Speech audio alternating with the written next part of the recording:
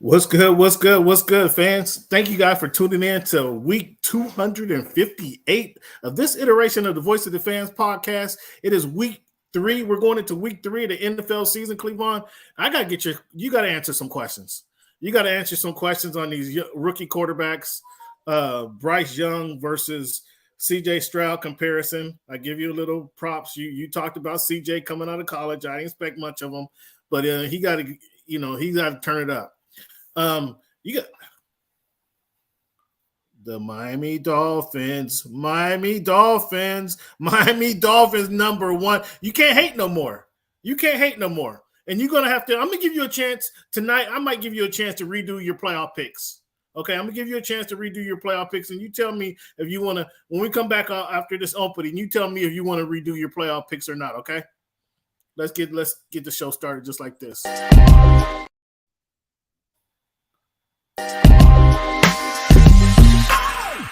Am I speaking to right now? Cameron. My name Cameron. is Cam Buford. We got some good questions today. I'm a Dolphin fan.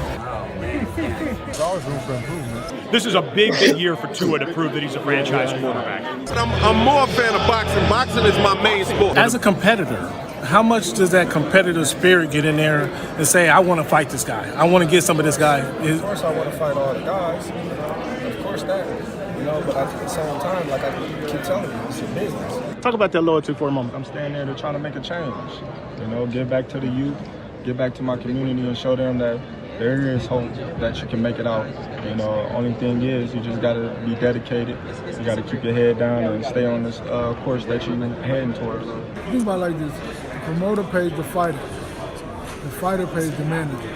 Okay. So the manager works for the fighter, and the fighter works For the promoter. Okay. If you can see, you can believe. So you are lifting weights currently?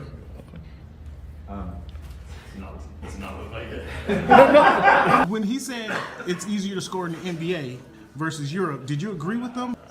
To me, it's easy to score all over the world. Aaron, what has the game of baseball taught you? One of the biggest things is being humble. Can you give a message to the kids to kind of persevere through the false teachings they may be giving? Patience. Okay. Patience. As the show Voice of the Oh Fan my goodness! continues gracious. to I'm in evolve, tears. Come on, you were adding some spice to it. it is strictly banter back and forth between myself and Cameron Buford. I enjoy all of it. The real ones know what's going on, right? Like you said, Pacific Northwest. So I think it's a big part of my game. And every time I step on the floor, I just want to represent myself. You play this game and you don't turn to win a championship, then why are you playing for? I'm happy for the Mariners. I'm happy for the whole Cam. Nobody. Never mind. Go watch the tape. Go watch the tape, and then you tell me if it was all about just a system. You look like a buffoon. Go do your research. Go do your study. Oh, this guy. That's what's good in sports, man. It's the big Snoop Dogg, man. That's what's good in sports. Hey, man, thanks for making our voice your choice. You know how we do. Ooh, those Mariners. Do you want to talk about those Mariners today? Is today the day to talk about those Mariners? I mean, we can get to them when you're ready, Cam. We can get to them when you're ready. But my man Tyler's here, so we can push that out till a little bit later. Okay. We'll spare Tyler. Hey, Tyler, how you doing, sir? Welcome to the show. What's going on? I see what your Dolphins had on. I guess you're excited about a 2-0 start.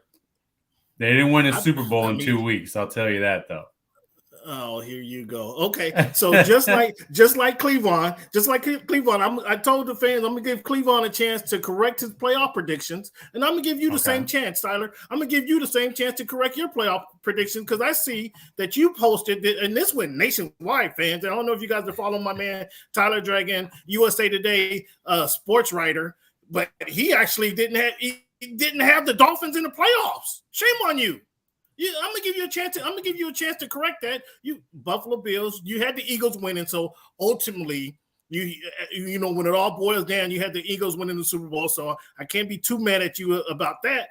But not having the Dolphins in the playoffs, Tyler, come on, man. So this was my preseason prediction, and this was prior to Aaron Rodgers being hurt and going down for a season-ending injury. So if I got to do my picks over again, or right after Aaron Rodgers got hurt, I would replace the Jets with the Miami Dolphins. So here we go. After everything has transpired, I have the Dolphins in the playoffs. Well, if you see this scrolling across the line, this was on August 23 of this season. I did not have the Jets with Aaron Rodgers making the playoffs. Okay, that's so I didn't need to revisit after the season starts, after we get 4 games into the season. I didn't need to do that, Mr. Tyler. So again, I'm gonna give you a chance before we let you go. I'm gonna give you a chance to redo your playoff picks or redo your playoff picks. So that's only fair. I mean, it is early in the season. Things happen. It's only fair. So I'm going to give you a chance to get that corrected for the fans or tuning into the show. Thanks again for being here. And let the go right off the bat, let the people know, give them your credits and let them know where they can find you. Yeah, they can find me on, well, it's not Twitter, it's X now, right? I always get it confused. So they can find me on X at the Tyler Dragon. That's my Twitter handle. Or go on USA Today, Tyler Dragon's the author page. So you can find me in there and read my latest work as well. Yeah, we're going to talk about some of your latest work as well. But do you call it crypto or do you call it Staples Center? What do you call that? Man, I haven't had to you say it for a while, but it's always going to be Staples Center to me. But I don't mind calling it the crypt. Go to the crypt. Yeah, okay. But it's still Staples Center. It's Staples Center at heart. Again, welcome Tyler Dragon to the show. Cleavon, hope you're feeling better this week. Fans, each and every show, we start our show off with the numbers game. With it being September 20th, we're going to look at the number 20, week 258 of the Voice of the Fans podcast. We're going to look at the number 58. So, Tyler, when you think of the number 20, who wore that jersey number the best, or who come to your mind first? Barry Sanders. Barry Sanders. Okay, that's fair enough. What about you, Mr. Barry Sanders. Barry. Who comes to mind first would be GP up here in the 206. Who wore it the best? Barry Sanders. You guys make me feel old. The first guy to come to my mind, actually, it's the first guy that come to my mind was Billy Sims. When I used to watch those Bears and Lions games way back in the day, I thought Billy Sims was the rawest running back. Obviously, Barry Sanders eclipsed him, but I thought back in the day he was the rawest running back that I've seen at the time. I couldn't understand the hubbub behind Walter Payton because I thought Billy Sims was filthy, in my opinion. When you think of the number 58, who wore that number best, or who come to your mind first? Man. No 58s come to my mind, honestly. No 58s come to your mind. Okay, I mean, we're gonna shake up that memory. We got Carl Banks. You don't remember? You don't know who that guy is? I know who Carl Banks is, but he wasn't the first of mine. Nobody jumps out to me at 58. Derek Thomas. He didn't jump out to you. You don't remember that kid? I remember Derek Thomas. I guess I'll go with Derek Thomas. Yeah, he was the first guy to come to mind. Obviously, the best one to wear it. Would you agree with that, Cleavon, or you got somebody else? Derek Thomas times 2. First come to mind, best to ever wear it. Yeah. I agree with that. Guys, it's been the NFL season. Obviously, every week is different. Every week seems like a season within itself. So I'm gonna start the week off because I know from listening to your podcast, Mr. Tyler, that you're not a Tua Tagovailoa fan, and we're gonna have to get some clarity right here. And I'll be 100% honest with you that I did not want the Dolphins to take Tua Tagovailoa when they were drafted at number 5 in that draft. Again, as we mentioned before, we talked about this before. I would have sent all of our draft picks to Cincinnati for the rights to draft Joe Burrow. We would make that happen, and I would have gave them future draft picks if they wanted that to happen. That's how highly I thought of Joe Burrow over Tua Tagovailoa. My question has been ever since he played in the league is, can he stay healthy? That's been my question. Can he stay healthy? And I hate having such a high draft pick, and you have that question on that draft pick. Like it's what are we, year 4 right now, and it's been a question every single year, and even going into week 3, even though they're 2-0 and he's looked very sharp, it's still that question. That's the only thing with drafting a player with that number 5 pick. I don't think you should have that question. What's your thoughts on Tua, and what's your disdain for Tua? So first of all, I like Tua. I've liked him ever since he was the quarterback at Alabama.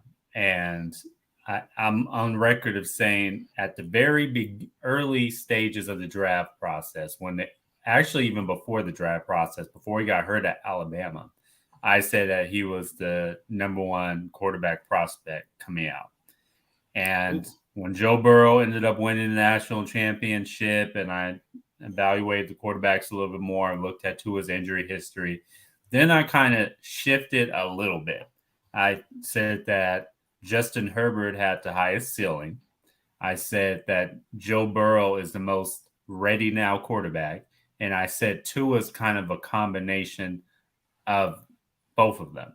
And he's the wild card, depending on his injury history. But, that's why I thought maybe Tua can still go number one, because to me, he was that boom or bust type of player coming out. Now, yes, that's the biggest question is he can stay healthy. And he has shown, though, in his NFL career, when he's on the field, he can play winning type football. And you can certainly win games because of him. And he can throw with accuracy, precision, and that's his best skill set, throwing with accuracy and, precision and getting it there in space. And I give the Dolphins credit. They looked at that Alabama film and they were like, okay, he had Waddle, but he had a lot of speedsters on the outside. So that's what we need to do for him in the NFL. We need to not only draft Waddle, but we need to get him the fastest player in the NFL who's available. Possibly. And so who's available? Yeah. So right. Let's go get him. They constructed a roster around him with nothing but speedsters. You even look at Mostert at running back. That's smart. That's smart coaching. That's smart. That's what coaching and game planning is about. That's intelligent. It's smart. That's what it is. And so to your question, I do think him. However, the question is if he can pressure, because is in a career, I would say this, and this season, he pressured a lot. Well, you breaking up there. I missed that last part, Tyler. You breaking up on us. You guys? I said you broke up on us, man. Maybe you want to jump off and come back on because you broke up on us on the last part there. Can you hear us? I think, Tyler, you froze up on us. Chief. Did you agree with what he's saying?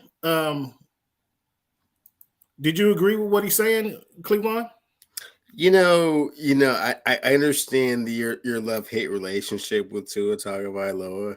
I think that over these first two games of the 2023 season that you've seen that if you can keep Tua upright, good things can happen. I've been saying that for a little bit now. So from that perspective, I definitely agree with Tyler. Now, the question is, I think that he is one of those players that I haven't looked at the schedule that intently, but once it starts getting to November and December, his games get a little bit colder, and the schedule is not quite as formidable as it is early. You're going to have a different opinion because let me stop you right now. Let me stop you right now. Late in the season, in November, December, 5 of our games are played in South Florida. Can I stop you real quick?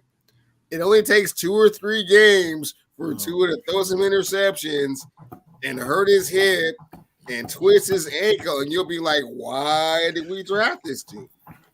When he's in September and you're in Los Angeles and New England when it's not that cold just yet, and he's slinging the ball around, and Tyreek Hill is looking like, we don't have to go back to New England. Rice, and we don't have to go back to New England. And the defense is still healthy. Yeah, you love the Jets aren't going to be a problem. He performed in Buffalo. See, you forget. You forget. You conveniently forget that he performed in Buffalo late in the season last year. Yeah, but you were already signed off on him by that point. You were already not happy with him by that point. Look, we're talking positive things. We're putting positivity in the air. We're putting positivity in the air today. It's week 2, right? As of this moment, right now, I'm gonna give you guys a stat. I know you don't like stats, Cleveland, but that's a clarifier point right now. Hit me with it. Tua Tagovailoa right now is averaging the 4th quickest time to throw, 2.08 seconds. Of any quarterback in the game since 2020. That means his decision-making is quick. He's getting rid of the ball. As Tyler mentioned, he's throwing to some of the most prolific and quickest receivers in the game. We're not going to lose our speed in week 7 and week 8. And again, as I was mentioning, late in the season, November, the NFL, Roger Goodell. It will just be colder. And those players will be less. You're not missing. You're missing what I'm saying. You're not hearing what I'm saying. In November, December, 5 of our games are going to be in South Florida. Okay, it's prime, perfect weather. So Roger Goodell did us a favor this year, and we're not going to lose any speed. We're not going to lose any speed. So as long as we keep getting rid of the ball quickly and we keep our run game, most of runs over 100 yards a game, we're going to be in good shape, Tyler. We're going to be in good shape. My goodness. What was your over-under for the amount of games that Tua would play this year? No, other people had Tua only playing 7 games. So let's get Tyler on the record right now, Tyler. What is your over-under on the games that Tua plays this year, Tyler? I don't wish anybody gets hurt. I hope he doesn't get hurt, so I'm going to say 15. That's what I'm shooting for. I'll be ecstatic. If we get 15 games out of this kid, I'll be ecstatic. And Tyler, he might be sitting out the last 2 games of the season just for rest purposes. If we get 15 games, he might be sitting out just, Mike McDaniel's having a cold, hot toddy on the sidelines just to get prepared for the playoffs, for our playoff stretch. If we get 15 games out of him. What I don't get what Brandon Staley was doing when he was single covering Tyreek Hill and man-to-man coverage. We're going to get to or any team with the Dolphins, you need to press those receivers, specifically Tyreek Hill, and put a safety over the top, and then also get after the quarterback. Now, that's easier said than done, but when you have press coverage on them, they take a little bit while to get open. And I would let Waddle try to beat me. Now, if I can't double cover Waddle, then that's fine. But let Waddle beat me. I'm not letting Tyreek Hill beat me because Tyreek Hill has proven throughout his career that he could beat you. So I'm going to press both of them, and I'm going to put a safety over top of Tyreek Hill. And I might shade a linebacker over to Waddle's waist just to knock out the slants out the way. So he has to beat me over the top every single play. And I'm getting after Tua. Now, that's similar to what they did last year, the Los Angeles Chargers. And that's how they lost games. But I'm not even just talking about the Chargers in general. I'm talking about every team. That's how they need to play the Dolphins. And listen, because Tua, the knock on him and how he gets himself in trouble, similar to every quarterback, is when you pressure him. But with Tua, he gets happy feet.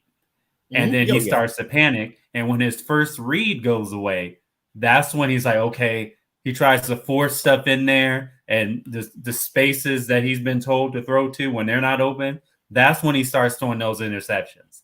And he's been doing jiu-jitsu. He's been doing jiu-jitsu this offseason. So he needs to learn how to get rid of the ball, and then that jiu-jitsu is going to help him not hit the ground so hard. That's going to help him kind of stay healthy longer. I mean, that's fine. I'm not even talking about being injured. I'm talking about being able to contain that high-powered offense. So Tyler, you bring up a great point. I was going to get into this next and talk about that Staley. Last season, when Tua was on that Dan Marino pace of 1984, passing in 6 games in a row, Cleveland all the stats I gave you. He was just on a pace that we hadn't seen since Dan Marino last season. And then they ran up against the Derwin James Los Angeles Chargers, and what the Chargers did, what I thought was brilliant, is they dropped their linebackers into that 10 to 15 yard range, cutting off that slant route. And then they did have their 2 safeties over the top. So that's exactly how the league they kind of gave the league a blueprint of how to stop that offense and that pace that Tua and that offense was on. And then we come into week 1 of this year with Derwin James. And again, I don't know if I mentioned this to you, Tyler, before, but I think they asked too much of Derwin James. Not that he can't play 15 all 11 positions on the defense, but they just ask him to play too many positions. The guys don't get no continuity, and they're always like, where's he going to be this time? Where's he going to be in this play? I think that causes confusion within the entire defense. I'd love to ask Brandon. Maybe you could ask that question. Do you ask too much of this kid? Do you ask too much of Derwin James? Not saying that he can't play the position, but it just puts the rest of the defense in precarious situations because maybe they're not familiar everywhere he's going to be on the sideline or on the field. But with Derwin James, they allowed my man Tyreek Hill to go for 11 catches, 215 yards. That was ridiculous. Like what? I'm lost, and I found my way to the door in a season opener. I'm finding I'm looking for the door on the Staley train. I'm looking for the exit route because I just don't understand how you let this happen. This is Brandon Staley. I mean, I've been defending this guy, but if your defense continuously gives up points, you got Herbert doing. And I'm going to talk to you about Herbert as well. You got Herbert doing what he's doing, putting up 30 points a game, and your defense can't slow anybody down. Like, and you're supposed to be the defensive coach. Like, what's going on here? Every week you can't say, well, we have to play it better. We have to play it better. We didn't match up with our assignments. Well, now something's going wrong. If you're not able to match up your assignments week in and week out, either the teaching is not getting done properly or the guys aren't accepting it. Either way, that's the teacher's problem. If our grades, if we're not getting passing grades, either teacher's not teaching it or we're not grasping the concept, right? And it's one or the other. And so, are you going to blame the players or are you going to blame the teacher? Come on, what's your understanding of this? I'm going to blame the teachers. I'll say that because it's more than just Brandon Staley. But he's the head coach, so the onus falls on him. And some of the things that the Chargers do just mystify me. Like you named a few of them, like playing man coverage. The Dolphins, the fastest team in the NFL, least fastest receivers in the NFL. Big plays. I believe the Chargers have given up the most big plays to start the year or among the top of the list. I mean, they allow Ryan Tannehill to get 2 40-plus yard passes. The Tennessee Titans. Ryan Tannehill. 20 for 24.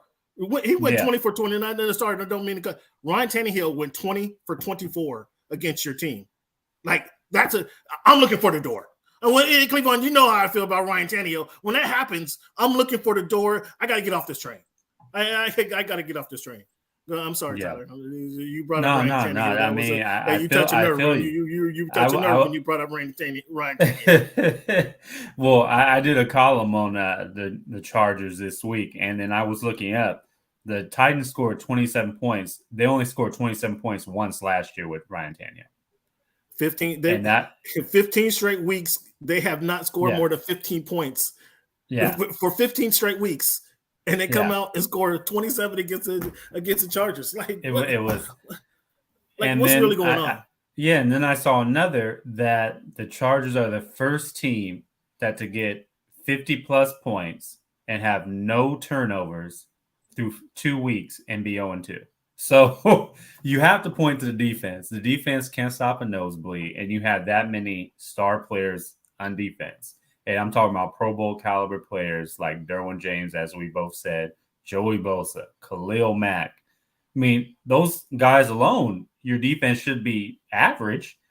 Not to mention you gave J.C. Jackson all this money, and J.C. Jackson looks like a shell of himself. He played okay last. He's coming back off injury, so yeah, he played okay last game against the Titans, but then giving up big plays over and over again. The cornerbacks, they can't get a pass rush with Joey Bosa, Khalil Mack. I mean, come on, man. It's bad. It's bad. And if they lose this weekend to the 0-2 Vikings, the Heat, I mean, he's already on the hot seat. It's safe to say that Brandon Staley's on the hot seat, but that seat's going to get hotter if they fall 0-3 because this team has legitimate playoff aspirations.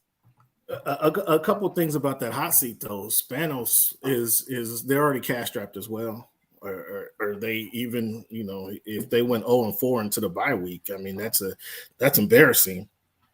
Nonetheless, they're already cash strapped. Would they be willing to fire Staley and then have to pay him out and then bring in another head coach to pay him? Like, that's a challenge in it. But let's not hope things get that far. I will bring up this final stat about the Chargers, though.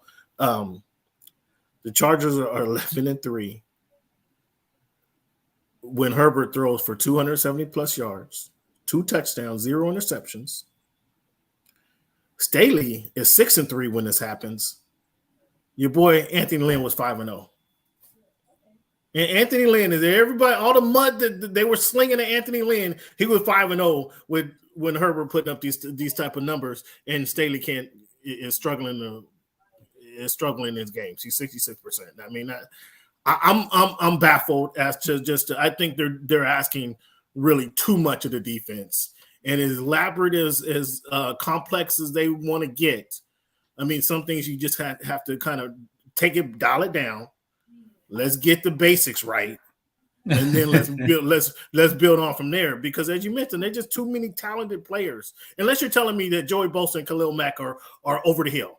If this is the assertion that we're gonna make, they're over the hill and they just can't get it done, okay, fair enough. You make Derwin James play all 6 positions in your defensive secondary. So maybe we just need to have him play 2, maybe 1, and find out who can play next to him, because you're just too complex, and maybe the guys just aren't getting it right. I mean, again, as I mentioned, just when you think about school, when you got that math assignment, either the teacher's not teaching it right, or you're not getting the concept. One of the two, we gotta work on one of them. We can't just keep throwing equations and fractions and decimals at you and just say get it all at one time. We can't just do it because obviously it's not getting done. Cleveland, what's your thoughts? Go ahead. I know you got something to say about Brandon Staley and the Los Angeles Chargers. I see you smirking over there. Go ahead and let it out. Oh, well, Cam, the thing that I'm smirking about is your rosy recommendation of Anthony Lynn. Man, you threw him into the wood grinder when it was time a few years ago, and couldn't wait to get that new culture and that breath of fresh air that Staley was bringing in, and you had been endorsing that culture for years and years. Even though my man Tyler was saying you're wasting all of Justin Herbert's prime years when he's this guy throwing up these numbers. You're wasting it, man. You're wasting. So you said that? You said all that? Oh, he pulled out the receipts. Yeah, he did. Yeah. I mean, and now you're 0-2, and now you realize and come to grips with this, Cam. The Chargers are not going to make the playoffs this year either. So he has to. You don't think they're going to make the playoffs? No, they're not making the playoffs. No, he didn't have him making the playoffs. If he didn't Austin have him Eckler, where's he at? Here we go. He's electric when he's there, but he's not there a lot. So yeah, this team is going nowhere. You know this. You have to watch the precipitous drop from where they were last year, barely making the playoffs, to now like, oh, wow, what are we going to do about all of this? You can't blame the quarterback. You can't blame the offensive coordinator. You have to start pointing fingers in other directions. And unless they do something dramatically different in a hurry, this is not going to be the season, and Staley won't last the season. This game on Sunday, boy. This is a pressure cooker on Sunday. We know how Minnesota is. I mean, I already don't have faith in Minnesota. I don't think I had them making the playoffs. I thought their 13-4 record was that was. I mean, what did they win? 8 games by 1 score or less last year. Like, just the ball doesn't bounce like that for you every single year. So I expected a significant drop off from Minnesota. So the 0-2 is not terribly surprising to me. But if they let Kirk Cousins come out here and throw for 300 yards and Justin Jefferson go ahead and catch a $150, like, that's going to happen. So the question is, it wouldn't be surprised. What are you going to do after that happens? Like, once that happens, you have an answer for that? You start out 0-3. I mean, woo. I mean, Ryan Tannehill is bad enough. Like, I'm looking at that game. If Ryan Tannehill can hit you upside the head like that, you don't think Kirk Cousins and Justin Jefferson can do that? The thing with Kirk Cousins, though, the Kirk Cousins is going. It's a lot of what do they say? Death by paper cuts. That's how he gets you. It's not going to. Ryan Tannehill came and walloped you over the head with a couple of big plays that really significantly changed that game. And Kirk Cousins is going to hit you. Walloped you upside the head and didn't have Justin Jefferson in his back pocket. Yeah. Yeah. Kirk Cousins is better than Ryan Tannehill, in my opinion. And he has a better receiver. Slinging the ball for sure. Yeah. They're Maybe about not the game manager, but slinging it, yeah. Yeah, he has better receivers. Yeah, he has better weapons on. Kirk Cousins does have better weapons. So we're gonna see what happens in this game. Guys, talking about shaky quarterbacks.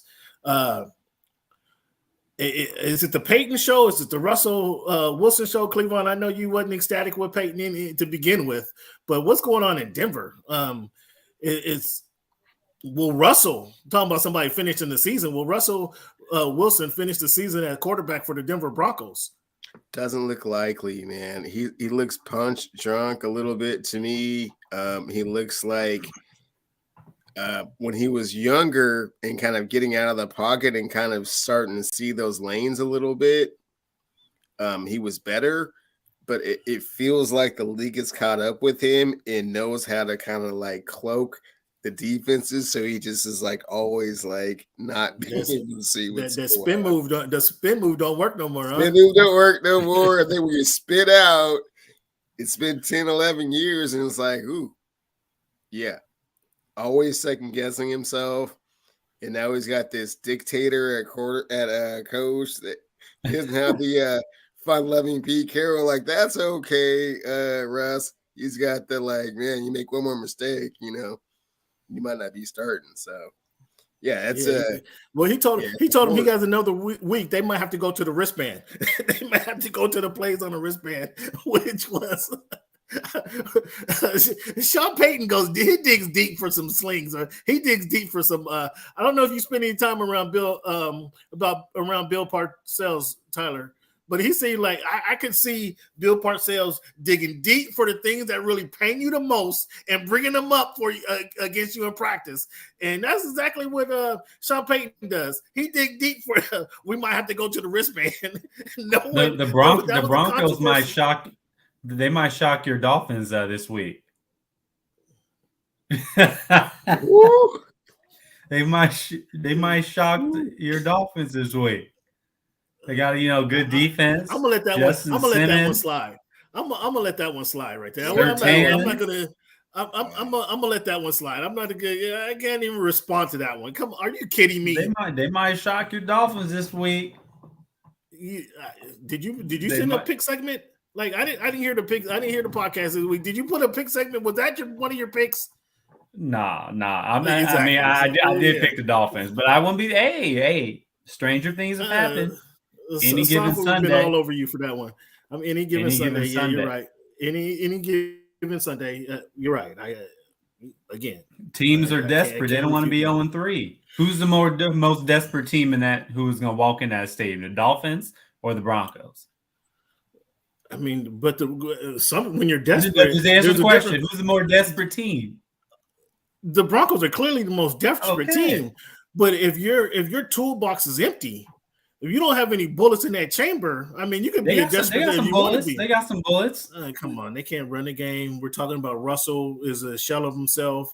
Who's a receiver core? I mean, who's a receiver? Jerry Jeudy's not there. Who's a receiver? I think Judy's going to be back. Mind you, Cam, that was a very odd game the way it ended. I mean, those guys were kind of putting it to command on a Hail Mary that Russell didn't even want to throw. I'm just saying, listen carefully. They were kind of manhandling the Commanders early. How often do you get the Hail Mary with the tip and the receiver catches some it? Things as the coordinator got those guys like in that position to be in that. Come on. Yeah. And then they let them right back in the game. Yeah. It's a holding call. We just talked about how Tua in the end zone that wasn't called. Cortland Sutton's a solid receiver. Jerry Jeudy's gonna be there. We just talked about with the pace that Tua's on, and you guys are gonna howl at me as a competition. This might well be Gordie Howe out there doing what he's doing against the Broncos defense. You don't think Tua Tagovailoa can have a better game than Howe and score more than 17 points? Get out! Get out of here! That defense is kind of both of you guys are losing credibility out here. Yeah, the defense is pretty good. You got one of the best safeties. It's been upright. Yeah, just saying. You got Randy Gregory at pass rusher. Pastor Tan's nothing to sneeze at. He's one of the best corners in the league. I mean, Justin Simmons, we all know he's one of the best safeties in the NFL. Hey, the Broncos. No excuses, no explanations if the Dolphins drop this one. I can't believe you guys ought to be coming to Hard Rock. Oh my goodness! Upset at Hard Rock. So listen to you guys. Well, Aaron Rodgers is going to be back by the end of the season, huh? This is the same thought process you guys are having. Aaron Rodgers, the Jets need to prepare for Aaron Rodgers. There's one reason that Aaron Rodgers is not coming back. It has nothing to do with his health. The Jets are not going to be in a position to be in the playoffs by the time he's even kind of close to being healthy. You saw them revert back to who they really actually were, which is why they scrubs. A team without a quarterback with a very dominant defense, a really strong running game, a very good receiving core, but no one to get the offense going, which is very good receiver. Very good receiver. Why they went and got Aaron Rodgers, but now he's not there. So I think Garrett Wilson might be on the trading blocks. I think Garrett Wilson might be on the trading blocks here in a couple of weeks. Come on, man. No, I mean, really. Just don't say that. That's not true. That's not true. You know that's not true. That's not true. I mean, he gonna be so frustrated by week 5. He's gonna be like, well, what's going on? What's the real deal? In all seriousness, Barkley and Chubbs go down. Barkley was talking about trying to come back and play tomorrow night. Chubbs, we won't see Chubbs again, till next summer, I guess. Does this change your mind, Tyler, or about the running back fight for credibility or fight for the contract situation in the NFL? Did that have anything to do with changing your mind? I mean, obviously we got Jonathan Taylor still out. We haven't seen him this season. Austin Eckler, Cleveland mentioned, is out. These guys are just. I mean, it's a tough sledding playing a running back in the NFL. It actually strengthens my opinion. I firmly believe that running backs should be able to renegotiate their deals after 2 years after their rookie contract. I mean, you look there you go. Okay. At the way running backs, they do have a short shelf life. I mean, the proof is in the pudding. You can name the running back and look at their stats after 4 or 5 years. And so when I look at these running backs, they touch the ball the second most, other than the quarterback. They get the most touches, and they absorb probably the most hits of any other position, because even in plays they're not running, they're blocking for the quarterback. They're blocking 300-pound defensive tackles or edge rushers, linebackers. So all those hits accumulate on the body, and your running backs, it's just unfortunate. I mean, I saw Nick Chubb play.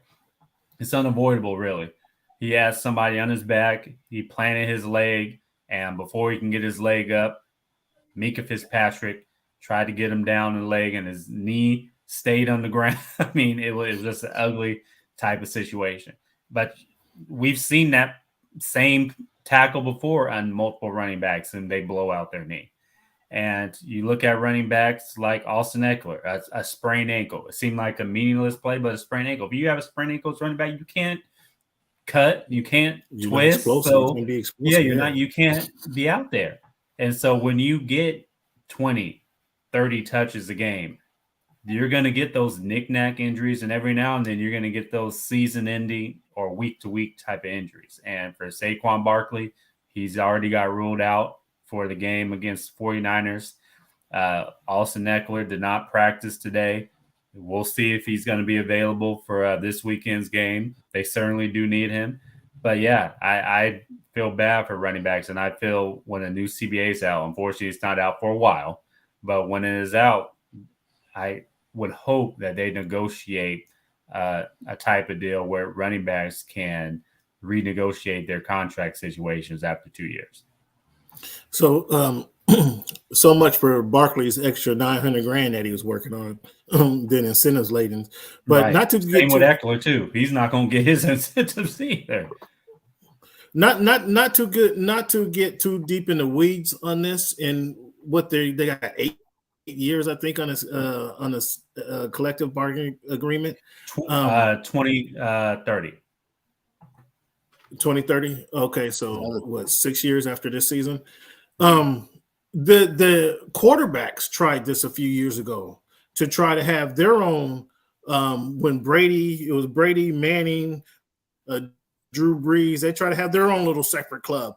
It didn't work for them.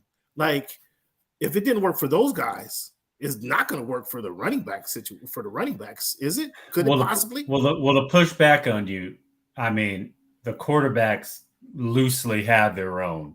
Because you look at what the quarterbacks are getting paid compared to everybody else, they loosely have their own category. It's not clearly defined. It's not a formal thing, but they loosely have their own contract situation because ain't no other position getting $40 million a year. Right. What other position? I hear what you're saying. Quarterbacks have their own situation. Their base just keeps rising, and it's kind right. However, I mean, you do recall when they try to break off and have their own little agreement. To Shannon Sharp's point was this was a collective bargaining deal.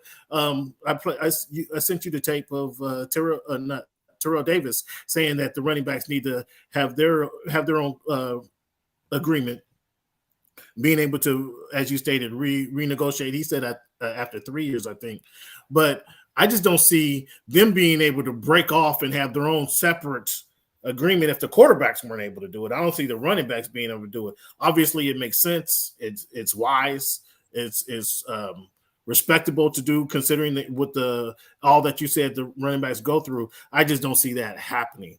And it's an unfortunate situation. I mean, yeah, it's a situation that can change. What's up, MJ? Kareem Hunt, they did sign him, I believe, right? They did sign the Browns. Did sign Kareem Hunt in exchange for Chubbs. Another article. I saw your article on Justin Fields today. He had an interesting interaction with the media. The Bears had an interesting day. Total. As a whole, right? But to start with Justin Fields, one of my questions was: is it too early to call Justin Fields a bust? Then this was before I heard him talk about, well, I'm just say F it and forget everything that they teach me. I'm just going to go out there and play the game. And he says he was playing too robotic, and then went on to say he's just going to go out and be me and think it could he wants to think less and just play harder. And some of that could be the coaching. As we talked about earlier, you fill these guys up with all different kind of schemes and concepts. And if they're not grasping it, like it doesn't matter what they do. What's your thoughts on Justin Fields' situation? I wasn't high on Justin Fields coming out of college. I thought he was inaccurate. That was the biggest complaint I had of him coming out of Ohio State. It was that he was inaccurate. In the NFL, he just doesn't seem to see these open receivers. What's your thoughts on Justin Fields, and is it too early to call him a bust? So it's on both the player and the coaches. I do believe Justin Fields needs to develop more as a quarterback and the pocket passer, and his accuracy, his footwork as well. All that needs to be worked on and improved. He's not up to par with a lot of the other starting quarterbacks in the NFL in those areas. However, good coaches know how to cater to their players' skill set to put them in position to thrive based on their skill set. And the Chicago Bears have not done that this year. Now, to an extent, a little bit they did it last year when they got to be a more run-oriented team. And that's when the Bears started, making plays and competing a little bit. They were still losing, but competing a little bit. And this year, it just seems like Justin Fields, and he said it himself, he's robotic out there. He's thinking too much, and he's not really playing like himself. Justin Fields, even at Ohio State, he played free, he played loose. He would like to see receivers open and then pass it, which a lot of quarterbacks tend to do. And in the NFL, you can't really do that because defenses are going to catch on. You need that anticipation, right? Yes, you have to have that anticipation. You need that anticipation, and he lacks that. right? And he's always lacked that. But you can learn that with repetition. And he has not learned that. But also the Bears are not putting him in position to succeed. And so that's on the coaches. And that's not just on Justin Fields. It's the whole team. So when you talk about repetition, repetition, they had Chase Claypool. They brought him in midway through the season. They brought in CJ Moore relatively early in the offseason. Is a lot of that on those guys to kind of get those reps in together, aside from training camp, because you're not going to get it all in training camp, but aside from on their own, to get a feel for each other, get a feel what routes they run, what routes they like best, and then take that to the coaching staff and say, these are some of the plays that we believe will get us open. Is some of that on the players, Tyler? You help me out, because that's in my thinking. That's what I think should be going on. But you've been around the game a little bit longer and more in depth. Is that accurate way of looking at it, or is that not reality? Yes and no. Quarterbacks, naturally, they spend more time at the facility and more time studying than any other position.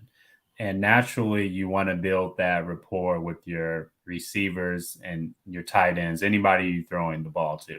But it's a whole lot different when the bullets are flying on Sundays and you're going game speed. You can't replicate games in practice. So I don't care how many times you go to the park and throw with Moore or whomever. It's not going to be the same. Or even in training camp, it's not going to be the same than when you're at Soldier Field and going up against the Green Bay Packers on a Sunday and they're trying to knock your head off.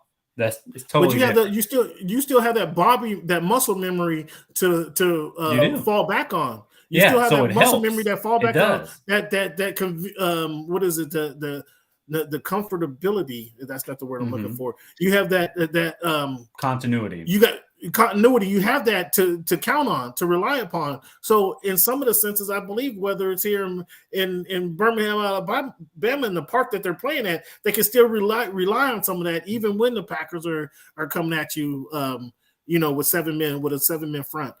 It just seemed to me like they can work on that a little bit more. But I truly believe that coaches, as you mentioned, it's the coach's responsibility to get the best out of the players, put them in situations where they can be successful, whether that's rolling them out and having this tight end drag across the middle of the screen so we can focus on this one receiver. And at some point, this receiver is going to be open, focus on him, or to have their, 4-man wide receiver crossing route schemes, whatever they're trying to do with their guy to get their receivers open. But I think it is the coach's responsibility, to get the best out of the player by understanding what he can do best. And I don't watch the Bears enough to know what they're doing. I just see kind of some of the games he's not looking comfortable out there.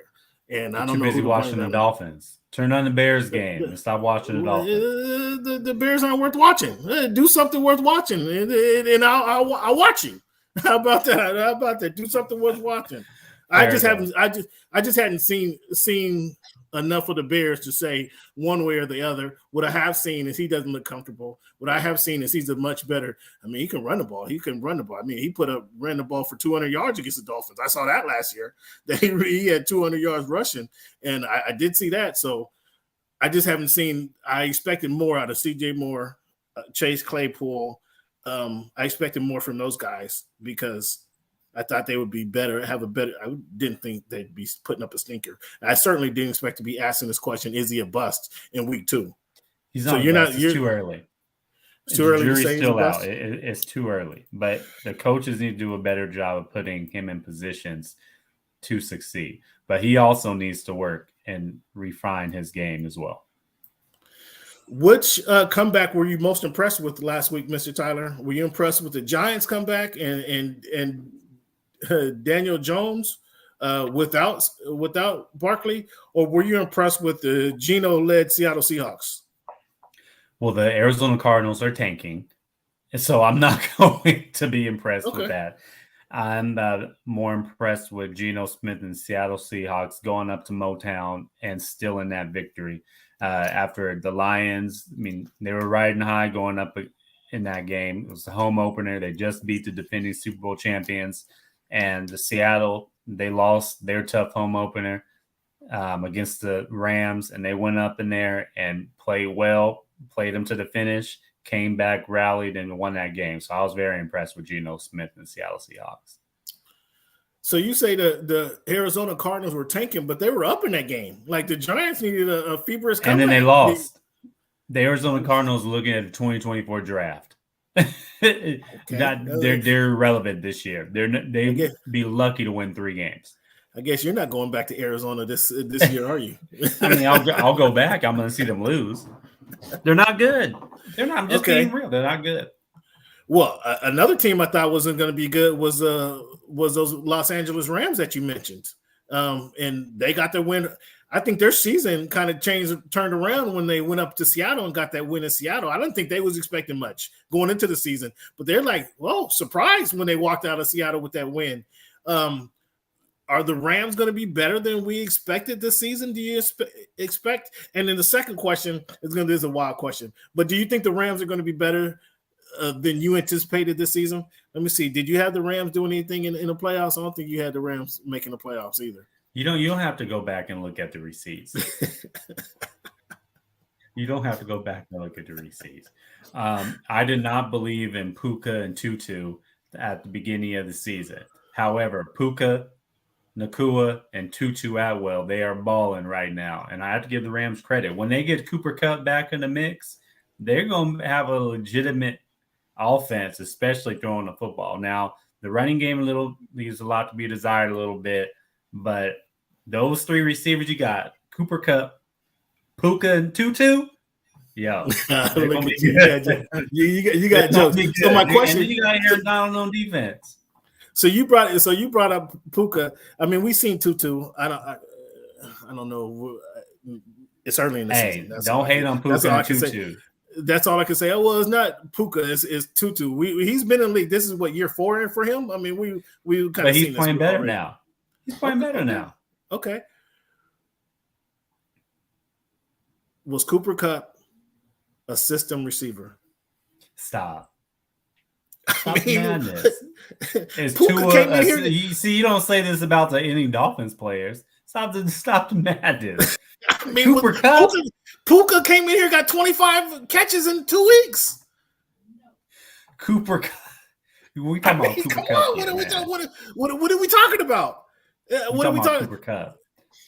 Cleveland. I mean, he's a Northwest kid. He went to the same high school as my mom, so I'm not hating on Cooper. I'm asking a legit question.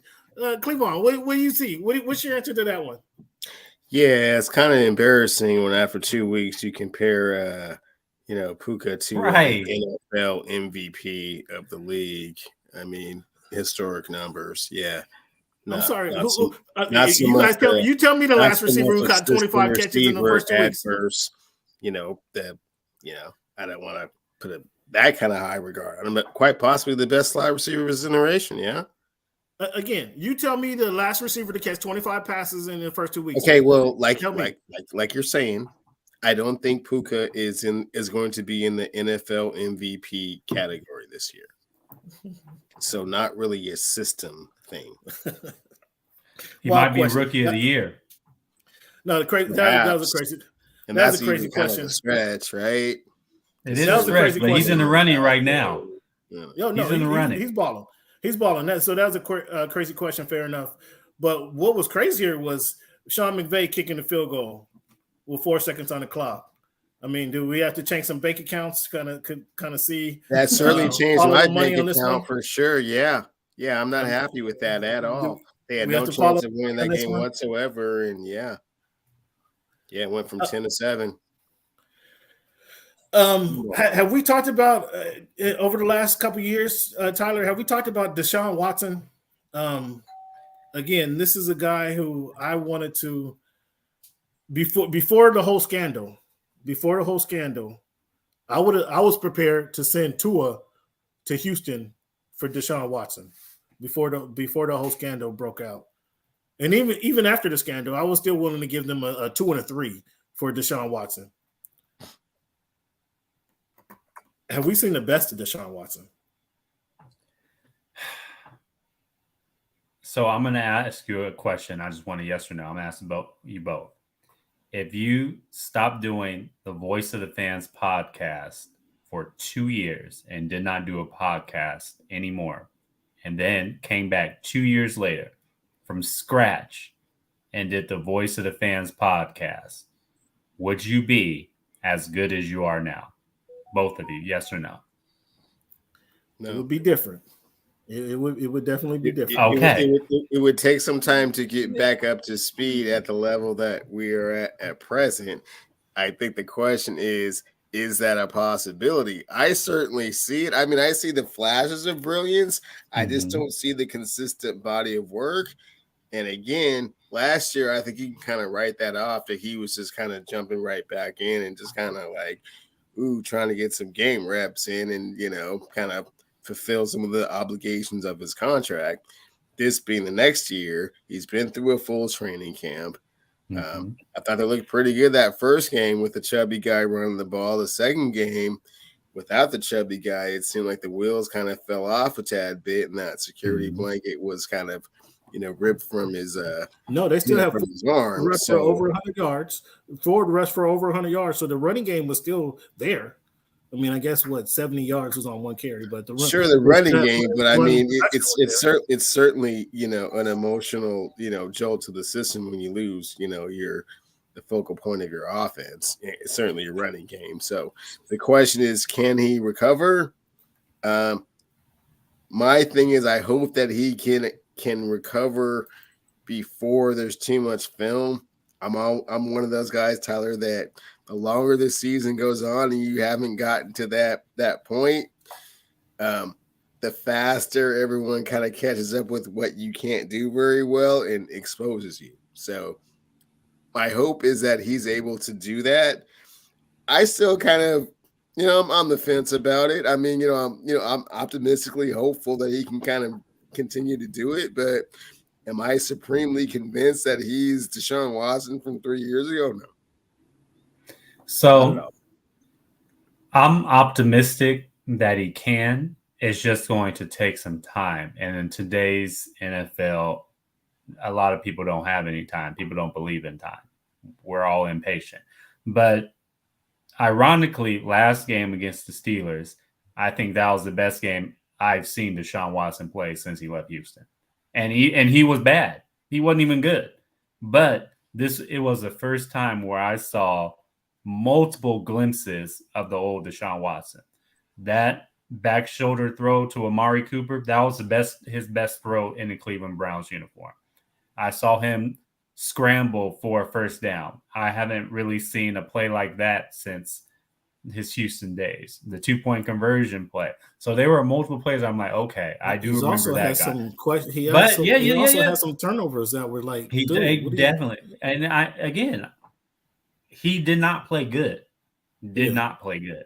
But it was the first time where I saw him and I saw multiple glimpses of the Deshaun Watson that we were all accustomed to in Houston when he was in his heyday. So that gave me some optimism that he can get back to the level, but it's going to take some time. And now he does not have the best offensive player in the team, Nick Chubb. So that's going to hinder his growth too. So I think by week 10, week 12, 11, then we'll probably see more glimpses. But it'll probably be a little bit too late. I don't have the Browns in the playoff picture. Yeah, I don't have the Browns in the playoff picture either. Speaking of the playoff picture, Tyler, as I mentioned at the beginning of the show, give you a chance to modify your picks, your playoff picks. Because, again, you didn't have the Dolphins in the playoff picture, yet you have the Bengals and the Chargers in the playoff picture for the AFC. Having Buffalo, Baltimore, Jaguars, and KC winning their division, which they can't argue that one, but you have the Jets, Bengals, and Chargers coming in filling out that AFC playoff picture. Do you want to modify that now for the Voice of the Fans podcast? We're giving you a chance to modify that today. Okay, I will modify it. I'm not going to give him my order 1 through 7, but I will give you 7 AFC playoff teams. I have the Chiefs in there. Mm-hmm. I have 2 AFC West teams. I'm going to say the Chargers, even though I might take them out next week. So I have Chiefs and Chargers. That's 2. Depending on what happened in Minnesota. Out of the AFC South, I have 1, the Jaguars. That's 3. Mm-hmm. AFC North.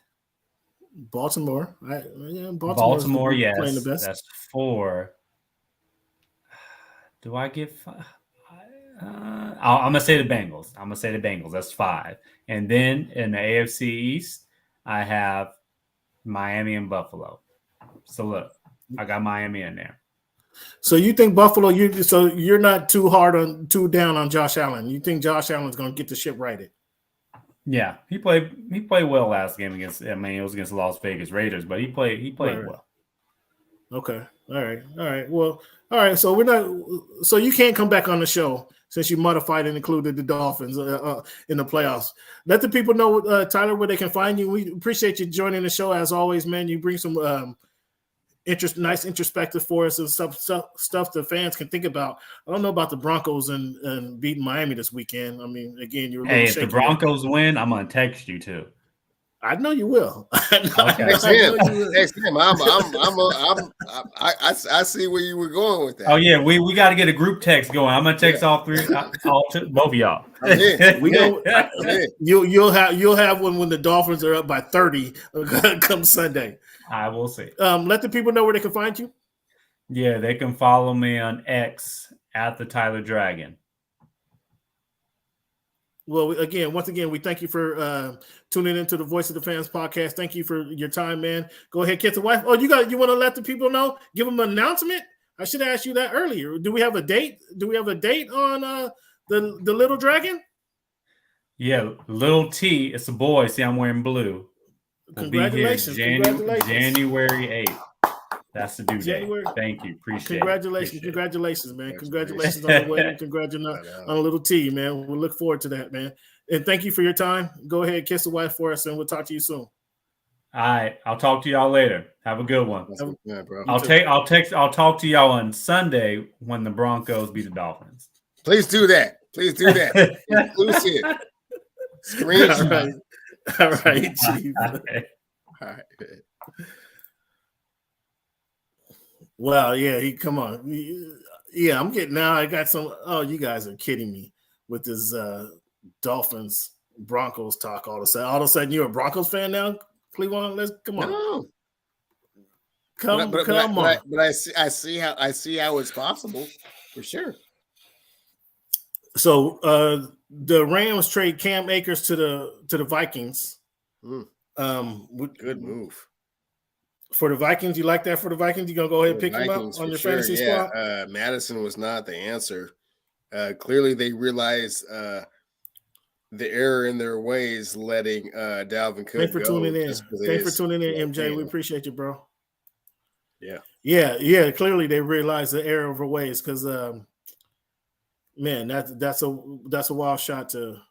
Yeah, they had to find a replacement, but Akers have been trying to look for Akers have been looking for the landing spot for the last couple of years. Him and McVay didn't. I mean, I guess they didn't like dinner together, so they've been looking for a different place for him along the way.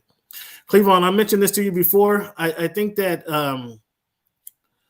that tush push is a legal play, and it should be altered. I wanted to ask Tyler about that, but we got to let him go. I think that tush push the Eagles have made so famous is a ridiculous call and should be altered. I don't think that should be illegal anymore in the NFL. Also, what's your thoughts on Chandler Jones, man? This has to be the weirdest bunch of superstars.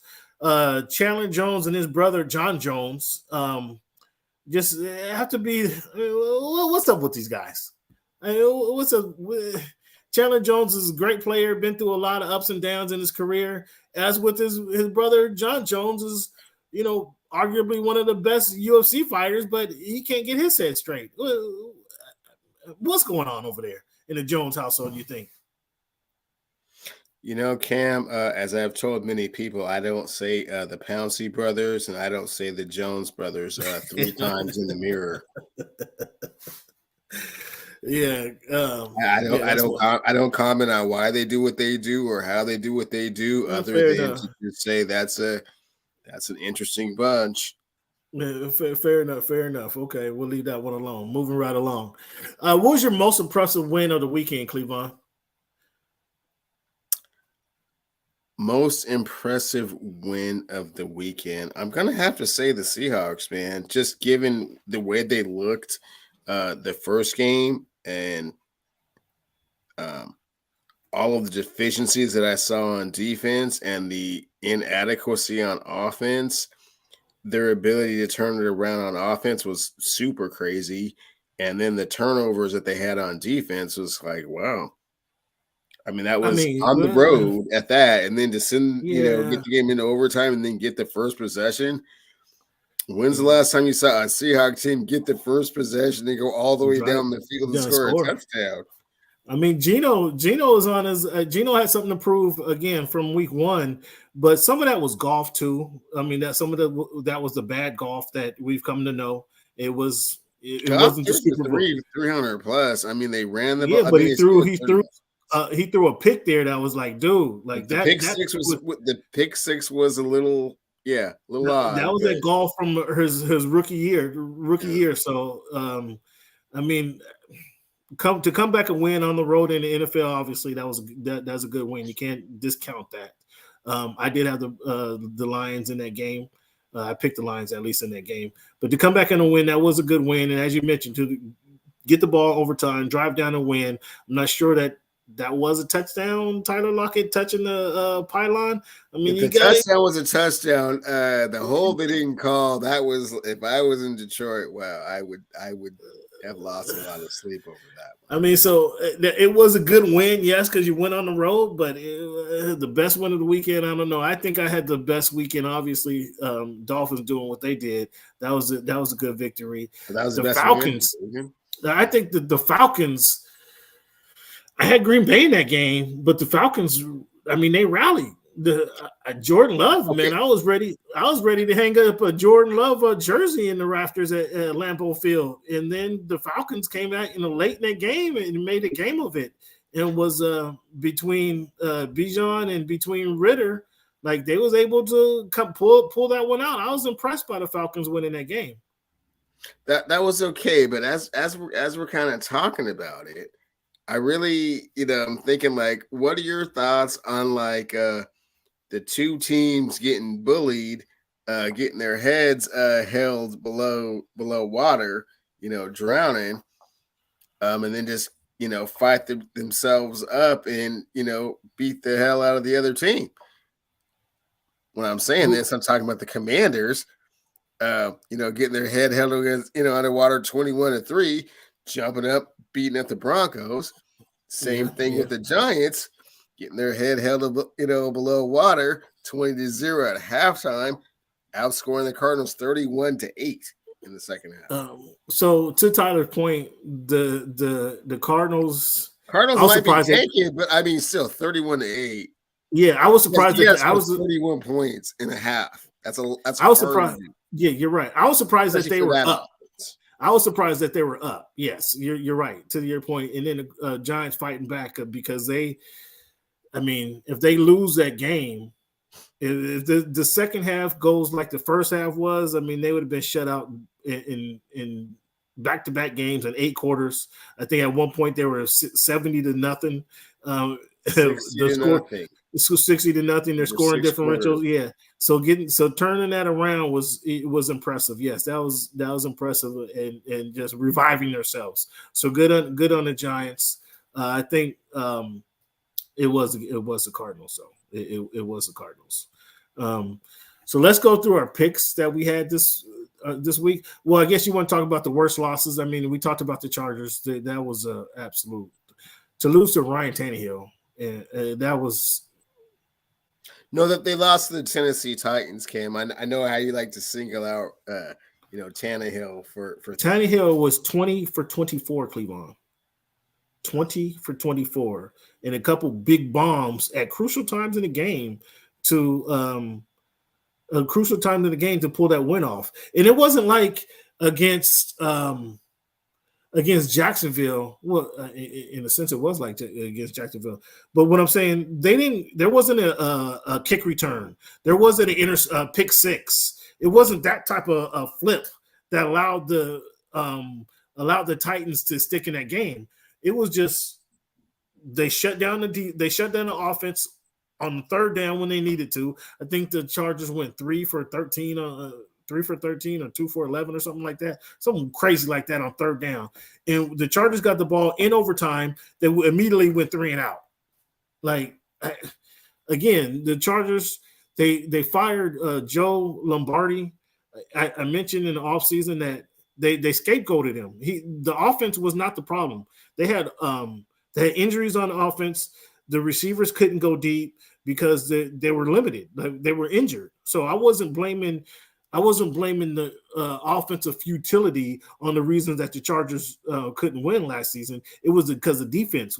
And we're seeing that again this week, where the Titans, Cleveland, literally scored in the last 15 games. They scored 15. They averaged 15 points. And they come out and score 27 on you. Come on. And this is after you give up 215 yards receiving to one receiver. Granted, Tyreek Hill is arguably the best in the game, but after you give up, you seem like you would seem like that you would tighten up that side of the ball, and they're unable to do that.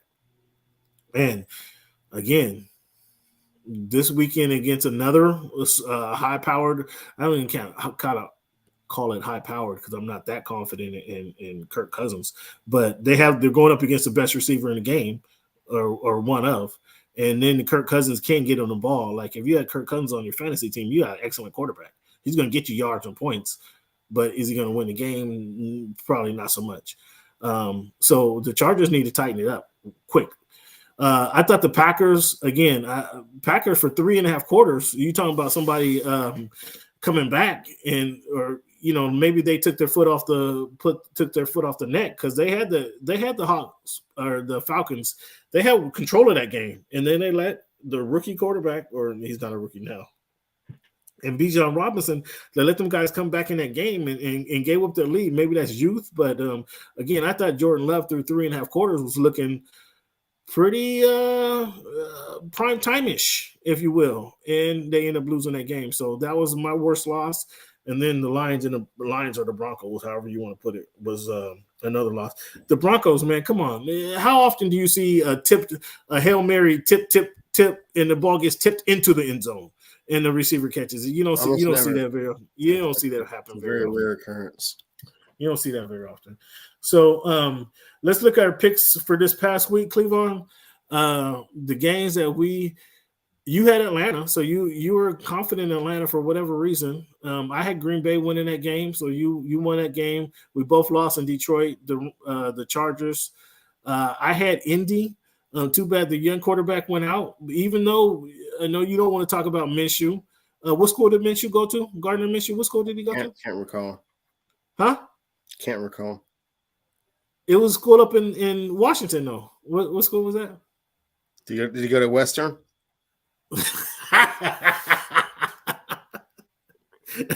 And another school that started with a W. Gardner Minshew, though, he put up a lot of points against Whitman. You go to Whitman. Oh, listen to this guy.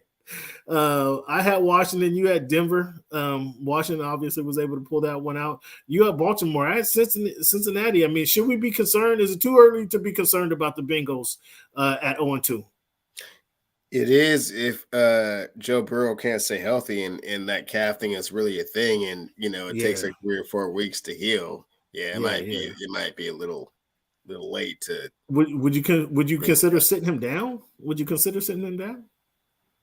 Well, I mean, Jamar Chase said that earlier. I don't want to really see it till week 4, till like you're like 100%. He felt like he was 100%, and obviously once you sign the contract, why don't you roll yourself on out there? So, I think it kind of went hand in hand. Thought it felt pretty good. I mean, you tweak those kind of injuries. I mean, it's a tweak. What are you gonna do? But it's week 3, and we're in it. It's time to get shape up. I mean, go get an extra massage or something. You had the Patriots over the Dolphins. We see how that turned out. We know how that turned out. We both had New Orleans over the Panthers and the absolute stinker in the Browns and the Steelers. I mean, the Browns and the Steelers, I had Cleveland. The Steelers were able to win that game, but there were just the Steelers. The Browns looked terrible. The Browns looked terrible. Deshaun looked horrible. I don't know what else to say. Deshaun Watson looked horrible in that game. He had a couple good players that Tyler pointed out, but for the most part, the turnovers he had. We talked about Russell with his little spin move rolling out, and what's your favorite line to say about football players? Your favorite line you like to say about football players? How do they age? They age in dog years, Cam. And Deshaun Watson, man, I don't know. Has he aged? I mean, he hasn't been on the field, but has he aged? I don't know. I mean, as the game, it's not that he's aged because he's too young to have aged, but perhaps the game, if you're not into it, you're not engaged, it has a way of kind of passing you by. Like Tyler was saying, it's like if you sit out, but we're sitting out of a podcast, we're not sitting out of an NFL game. That's a different kind of thing to sit out of for 2 years. Yeah, and then I mean, just inject yourself as like the same player you were 2 years ago. Tough to do. And we're seeing how tough it is to do. What was I guess the latest memory we have of this is Le'Veon Bell. He decided to sit out and make some rap movies or rap videos, and he came back, was not the same guy when he came back, right? That's, I guess, when you're rehabbing, at least you're still mentally. You have to at least be around it, right, Cam? You have to at least be, kind of around the guys and taking the reps and stuff. I mean, you see it with like quarterbacks that are exiled, and all of a sudden they get their second chance and they do great things, but. Yeah, I mean, I'm wishing the best for Deshaun, but right now we're just seeing him go through some terrible, terrible play right now. I had the Raiders plus 9.5, and they just got completely walloped by the Bills. That wasn't close. Washington, I took Washington plus 5, and I took Miami minus 2.5, and I won both of those. Cleveland, you had Arizona plus 5. That was a no-go. KC minus 3. That's a win. Oh, yeah, that's right. I'm sorry, I take that back. KC minus 3, obviously a win, and you already knew Bill wasn't going to help you out against my Dolphins. Bill Belichick wasn't going to help you out. So win the week by 1 point, actually, when you combine everything. Our points – oh, shit, that's one thing I didn't add was our points against the spread. Let me see if I can pull that up real quick. Real quick, fans, I did not add the points against the spread. I'll give you an update on how we did that. I'm sure I won that category, but let me know. Points against the spread, we tied. We're both 2-2. 2 out of 3. Oh no, excuse me. Our confidence picks. That's what I'm referencing. Our confidence picks. Oh yeah, we tied with those as well. We both lost our. I don't believe you.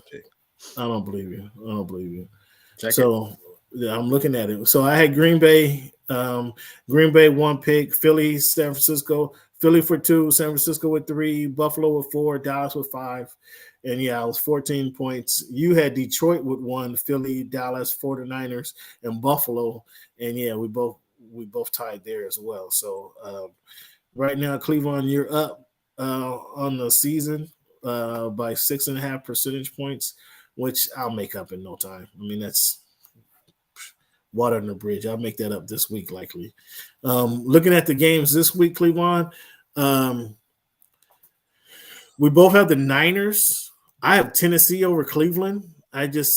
Tennessee is more consistent. Not that I like Tannehill over Deshaun. I just think Tennessee, the way they play. I mean, Vrabel's a good coach. He's a very underrated coach, and he just has those guys playing consistent football.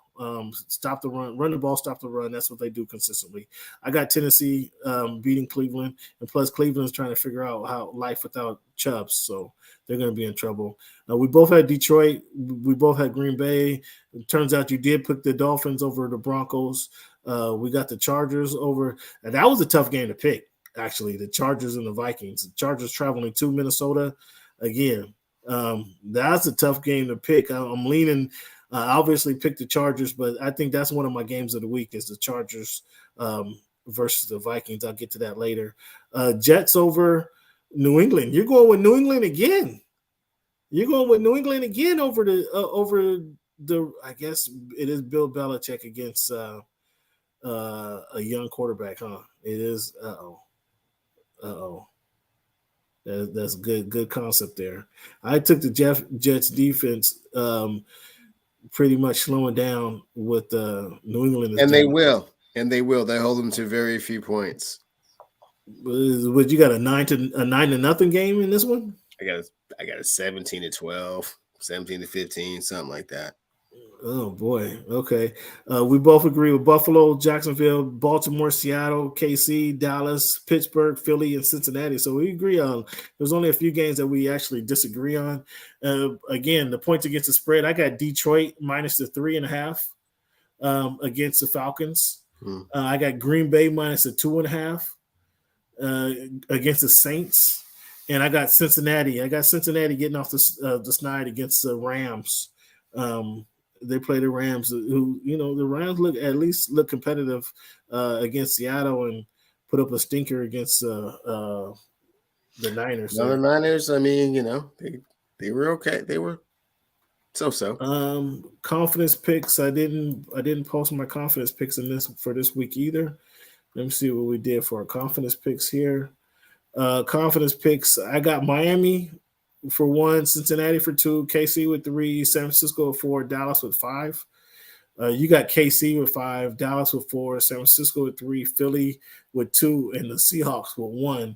So we'll see how that shakes out for this week here.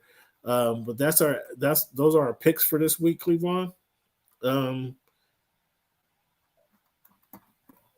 Yeah, and so the games of the week I have, Cleveland, I don't know what your games of the week are, but my games of the week is the Saints versus the Packers. I want to see if the Packers can rebound. Again, I really thought Jordan Love looked good for 3.5 quarters. Can they finish the job this week?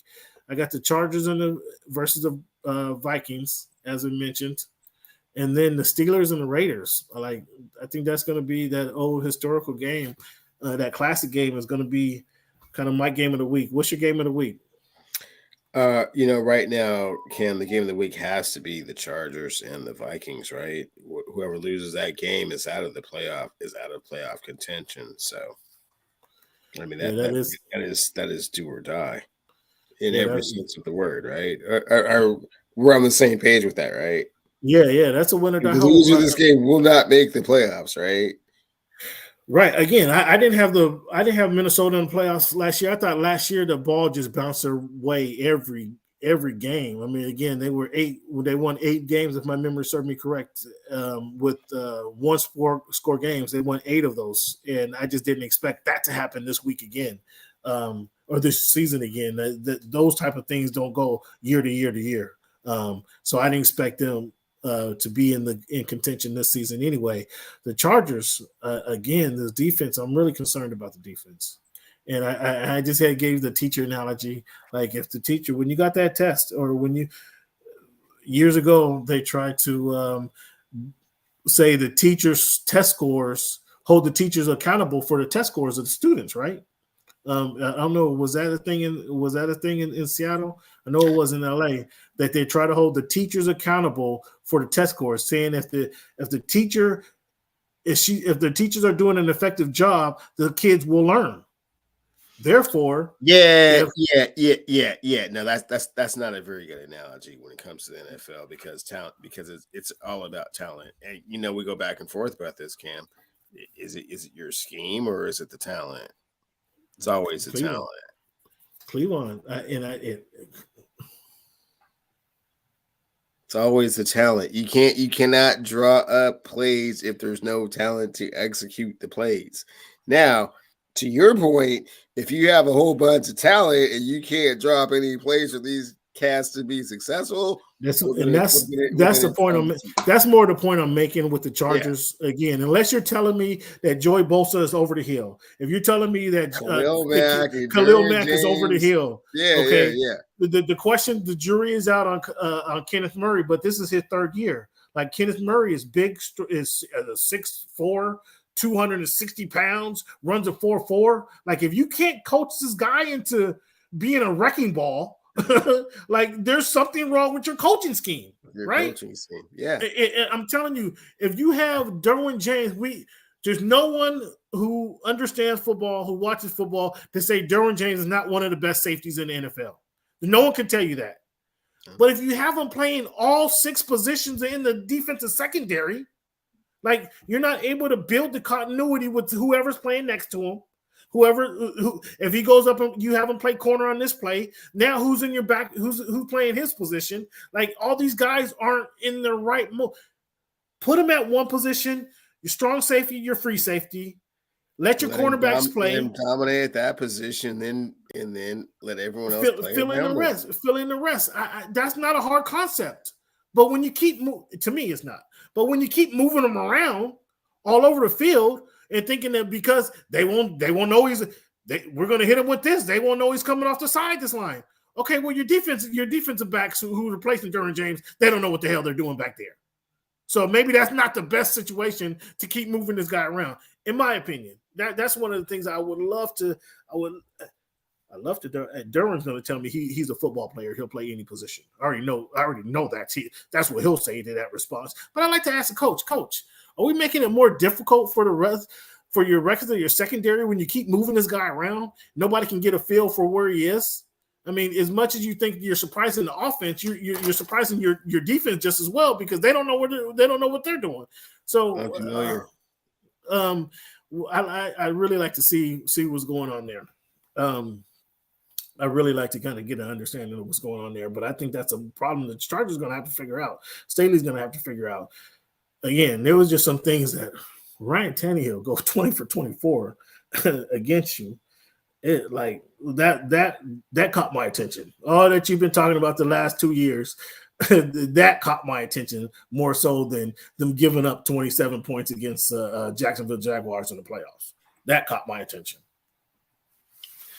So again, fans, those we gave you the games of the week there. Let's thank Tyler for joining in on the NFL Talk this week. Cleveland, we got some things going on in hoop, man. Hoop season is a month away. Training camp start next month. They actually have the rainy day. What was it last year? What did they call it last year?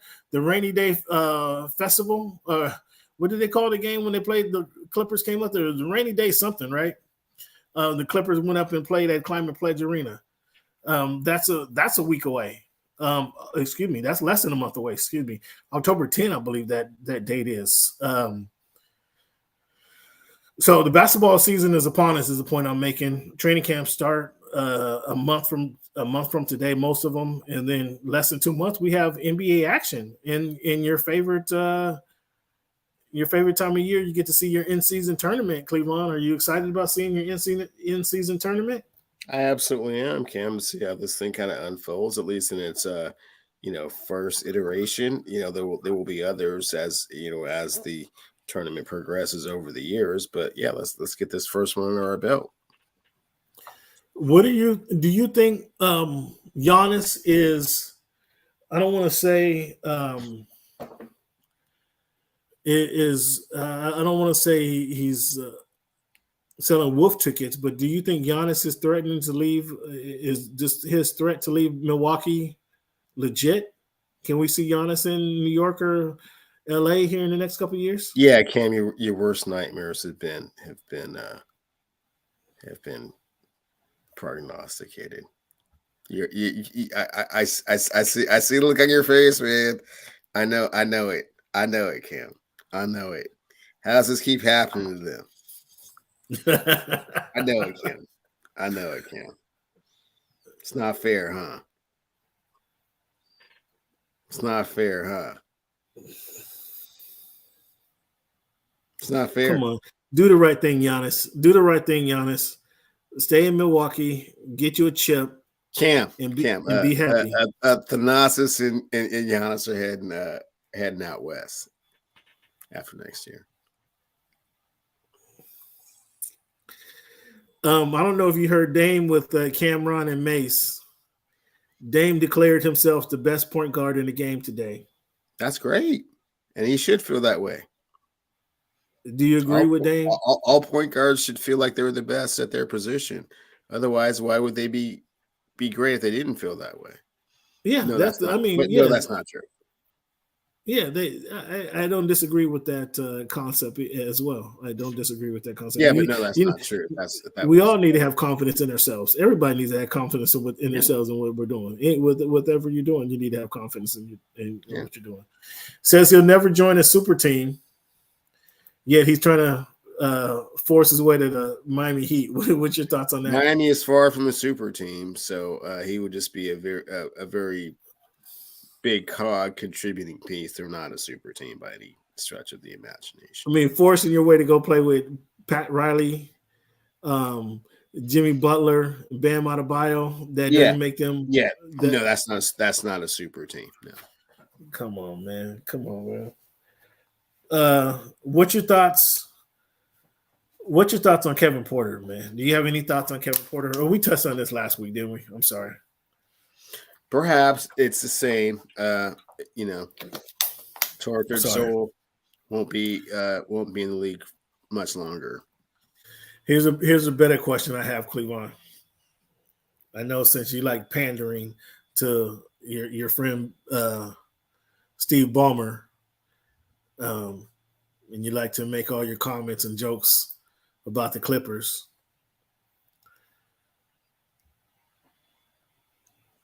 Let's assume the Clippers do not win a championship this season. Okay. And you could easily assume that. Paul George and Kawhi Leonard's contract is up at the end of the year.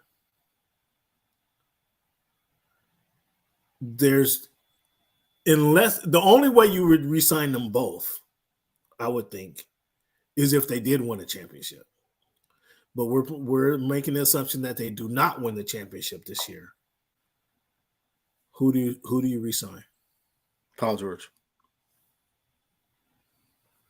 Oh, quick! Yeah, that was quick and easy, huh? You didn't even know time to think about that one, huh? No. Okay, so is Paul George? So this is Paul George's team, but is that what you're telling us? Is that what you're telling the fans today? This is a Paul George team, the Clippers are? He's the more durable and the more cost-effective player. I don't think Kawhi has played 50 games in the last 3 years, has he? Yeah, not much more, but yes, he wasn't available. He wasn't available for the 50 to 60 games in the last 2 years ago. He played like 65 games, just wasn't available for the playoffs. Oh, okay, sure. Yeah. Okay, all right. So that's kind of my. I don't have much more basketball prep other than that. You got what's tickling your fancy in regards to the NBA? Nothing, Cam. I mean, let's get this training camp over with. Let's see how this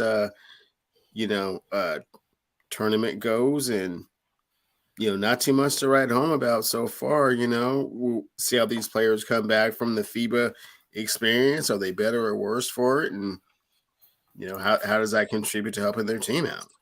That's an interesting dynamic because typically the players who do participate in the USA in Team USA, not only are they getting I know you don't think coaching matters, but they get the best coaching in Steve Kerr, Ty Lue, Eric Spoelstra.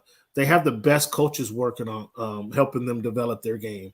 And oftentimes we see, though this year was kind of unique in the sense that there was no veterans in this round of players. So there was no Stephen Curry's, there was no Damian Lillard's, there was no LeBron James, there was no Giannis, playing for America's team, I'm speaking, Giannis Antetokounmpo. No real veterans of the game, right? All of them were kind of young players, still kind of learning their way, right?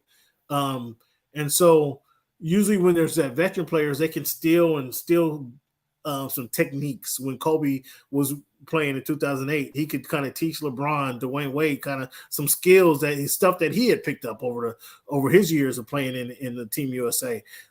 They kind of share iron sharpens iron, right? So they get to share and sharpen each other's game. Well, with the bunch of young players, like who was the leader on that team, right?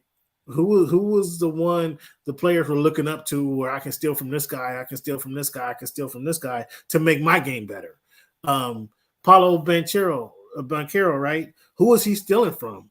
Like, he didn't have a big guy to steal from. Who was he? Jaren Jackson Jr.?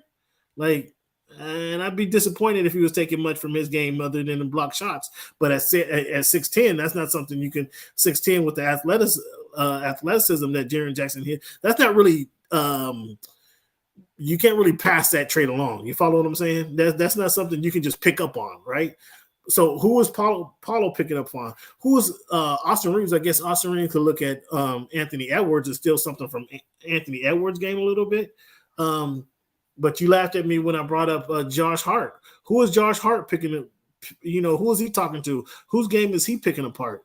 He doesn't have the size of a Brandon Ingram, so he can't really pick apart his game and implement that into his game. So it's kind of a weird mix. Like and that's usually what happens in being in this Team USA. They have veterans to steal from, and who are they stealing from in this game? You follow what I'm saying? Yeah, absolutely. No, and Cam, they threw a U26 team out there. I don't think that there was really anybody really, other than maybe is Brandon Ingram even 26? I'm not even sure he is. I mean, like, it was a very close youthful team, and kind of see what you can do, and we'll try and put the pieces together.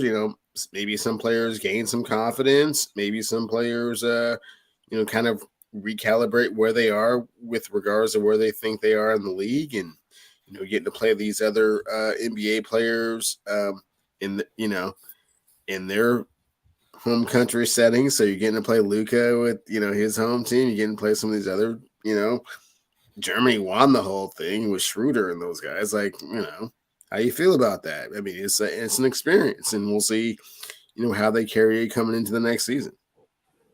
Yeah, it'd be interesting to see how these young players, and that's one thing that I'll be looking at. Having talked to some of these guys in the past, talking to, how am I having a brain fart? De'Aaron Fox is one guy that comes on my mind immediately. Jason Tatum's another guy. Marcus Smart's another guy who's on the team. Even PJ Tucker was a guy who played for Team USA, who was able to talk about what he's able to take from his experience with Team USA and apply to his basketball game. More so, obviously, PJ has been defense and three-point shooting. But all these guys usually their veterans that they were able to take from. And it's interesting that they really were no veterans there. So it would be interesting to see how some of these young guys come back, Cleavon. Let's take a break here, Cleavon. When we come back, man, we're going to finish out the show. And I want to talk about we can't go a show without talking about the Heisman race, and then Colorado and CSU. Did you watch Colorado and Colorado State University? Did you watch? Were you one of the 12 billion people that watched the game? Certainly did, Cam. Lots of takeaways from that one. Yeah, so let's take a quick break, and we come back. We're going to talk about Primetime, aka Daddy Bucks, when we come back. Uh-huh.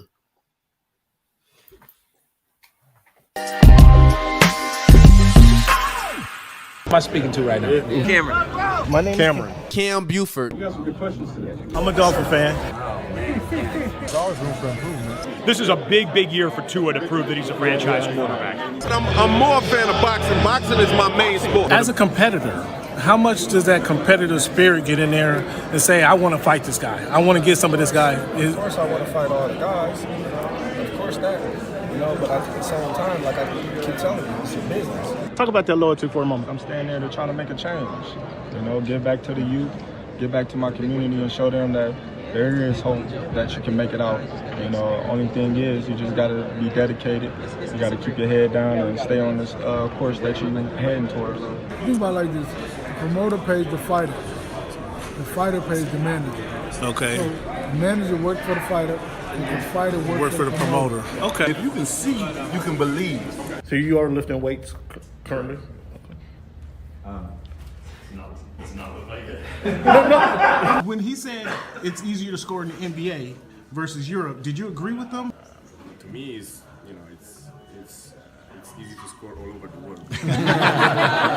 Aaron, what has the game of baseball taught you? One of the biggest things is being humble. Can you give a message to the kids to kind of persevere through the false teachings they may be giving? Patience. Okay. Patience. As the show voice of the fan, Oh my goodness! continues to I'm in evolve. tears. Come on, you were adding some spice to it. It is strictly banter back and forth between myself and Cameron Buford. I enjoy all of it. The real ones know what's going on, right? Like you said, Pacific Northwest. So I think it's a big part of my game. And every time I step on the floor, I just want to represent myself. You play this game and you don't turn to win a championship, then why are you playing for? I'm happy for the Mariners. I'm happy Yeah, for the whole yeah, Mariners. no, yeah, I was Cam, trying to send them nobody. Never mind. Go watch the tape.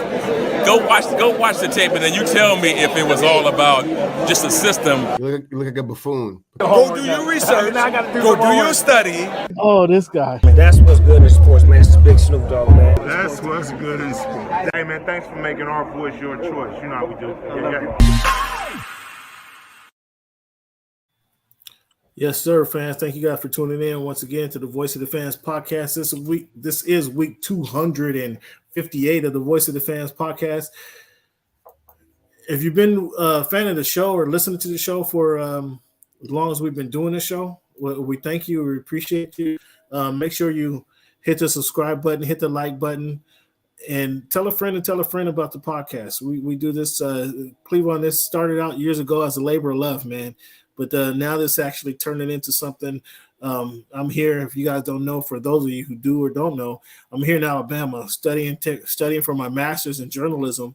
And actually, this last semester classes gave me the wisdom, I should say, and the tools, the wisdom and the tools, Cleveland, to take this thing a step further. They actually gave me some direction where we've been doing this just for, again, it's just a labor of love. I get to correct Cleveland on a weekly basis and coach him up on some of the intricacies of the NFL and NBA and sports in general, since he calls himself, what do you call yourself, Cleveland? The self-proclaimed expert on all things sports related. Yeah, when he starts off with self-proclaimed, he needs some education. So I'm here to give that to him. And so now we got some direction. So we're going to be taking steps to kind of make this show profitable. And so we need your assistance, fans. And it starts with you guys hitting that subscribe button, hit that like button. It doesn't cost you anything to hit that subscribe button. It costs you even less to leave a comment for us. It costs you a little time and energy. Let us know what you think of the show. Let us know where you're watching us from, where you're tuning into the show from. And then I ask you one thing. Tell a friend about the podcast. And again, I have fun doing the show. Appreciate having Cleveland's input on the show on a week in, week out basis. So again, if you like what you're hearing, if you like the show and you're tuning in because you do like the show, hit that subscribe button, hit that like button. We appreciate it very much, and it helps us with the algorithm. And again, just a simple comment: what state are you tuning in from? What country are you tuning in from? And how'd you hear about the show? So a few things right there. What state or where you tuning in from, how you hear about the show, and then give us a comment about what you like best about the show. One of the things I think that makes the show unique, Cleveland, is we try to, obviously there's a lot of people talking sports in the forum, in the podcast sphere out here, but I don't think there's anybody giving you guys a number game week in and week out. And because of the numbers of the podcast change, the episode numbers of the podcast change, the day of the week change. Every day is not the same. All of our numbers are going to be different week in and week out. So I think that kind of make this unique. So I don't think anybody's giving you this number game, kind of jogging your memory. As we have a historian, Tyler couldn't come up with a number 58, but it was real easy to come up with a real number 58 if you're a sports fan, right? And that number changes every week, so that makes this show unique in that aspect. Another thing that makes the show unique is our This Week in History segment, Cleavon. I'm not sure what other sports show is giving you I don't want to say a history lesson, but just kind of jogging your memory of some of the things that happened this week in history. Good things, bad things. We touch on a little sports, touch on a little history of the United States. And so I think that's one thing that makes this show unique is This Week in History segment that I enjoy kind of doing some research and giving you guys some history. So September 20th, 1958, Martin Luther King Jr. was stabbed, Cleveland. He was stabbed in the chest by a deranged black woman in New York City as he was autographing his new book in the department store in Harlem. Did you know about that? Did you know Martin Luther King was stabbed in Harlem? I was not aware of that one, Ken. That was, I wasn't familiar with that. So that's a different history that we're giving to you on the show. I don't know I don't know what other sports show is giving you this type of history. So jump in the chat. If you do, let me know. Correct me where I'm wrong. I don't mind being corrected because I don't know everything. But who knew Martin Luther King was stabbed by somebody seeking an autograph in Harlem back in 1958? September 17th, 1861, Hampton Institute, Hampton, Virginia, was founded. Now it is now Hampton University, but for years it was Hampton Institute, was founded in 1861. September 18th, 1850, Congress passed the fugitive slave law as part of a compromise to racism back in 1850, the fugitive slave law. 1830, that should have been 1930, September 20th, was the first Negro convention of free men agreed to boycott slave produced goods. So the first Negro convention of free men agreed to boycott slave produced goods. This is in 1930, September the 20th. September 20th, Cleveland, 1984, you might remember this. Cincinnati Reds baseball player Pete Rose recorded his 100th hit of the season, Cleveland. Did you know this was his 22nd consecutive season, which he recorded at least 100 hits in the season? The dude did it 22 times in a row? Like, Charlie Hustle. Called him the hit king, huh? Charlie Hustle, you call him that for a reason. Yeah. Man, 22 times in a row, that's bananas. This is something else that blew my mind. Okay. There's something else that blew my mind.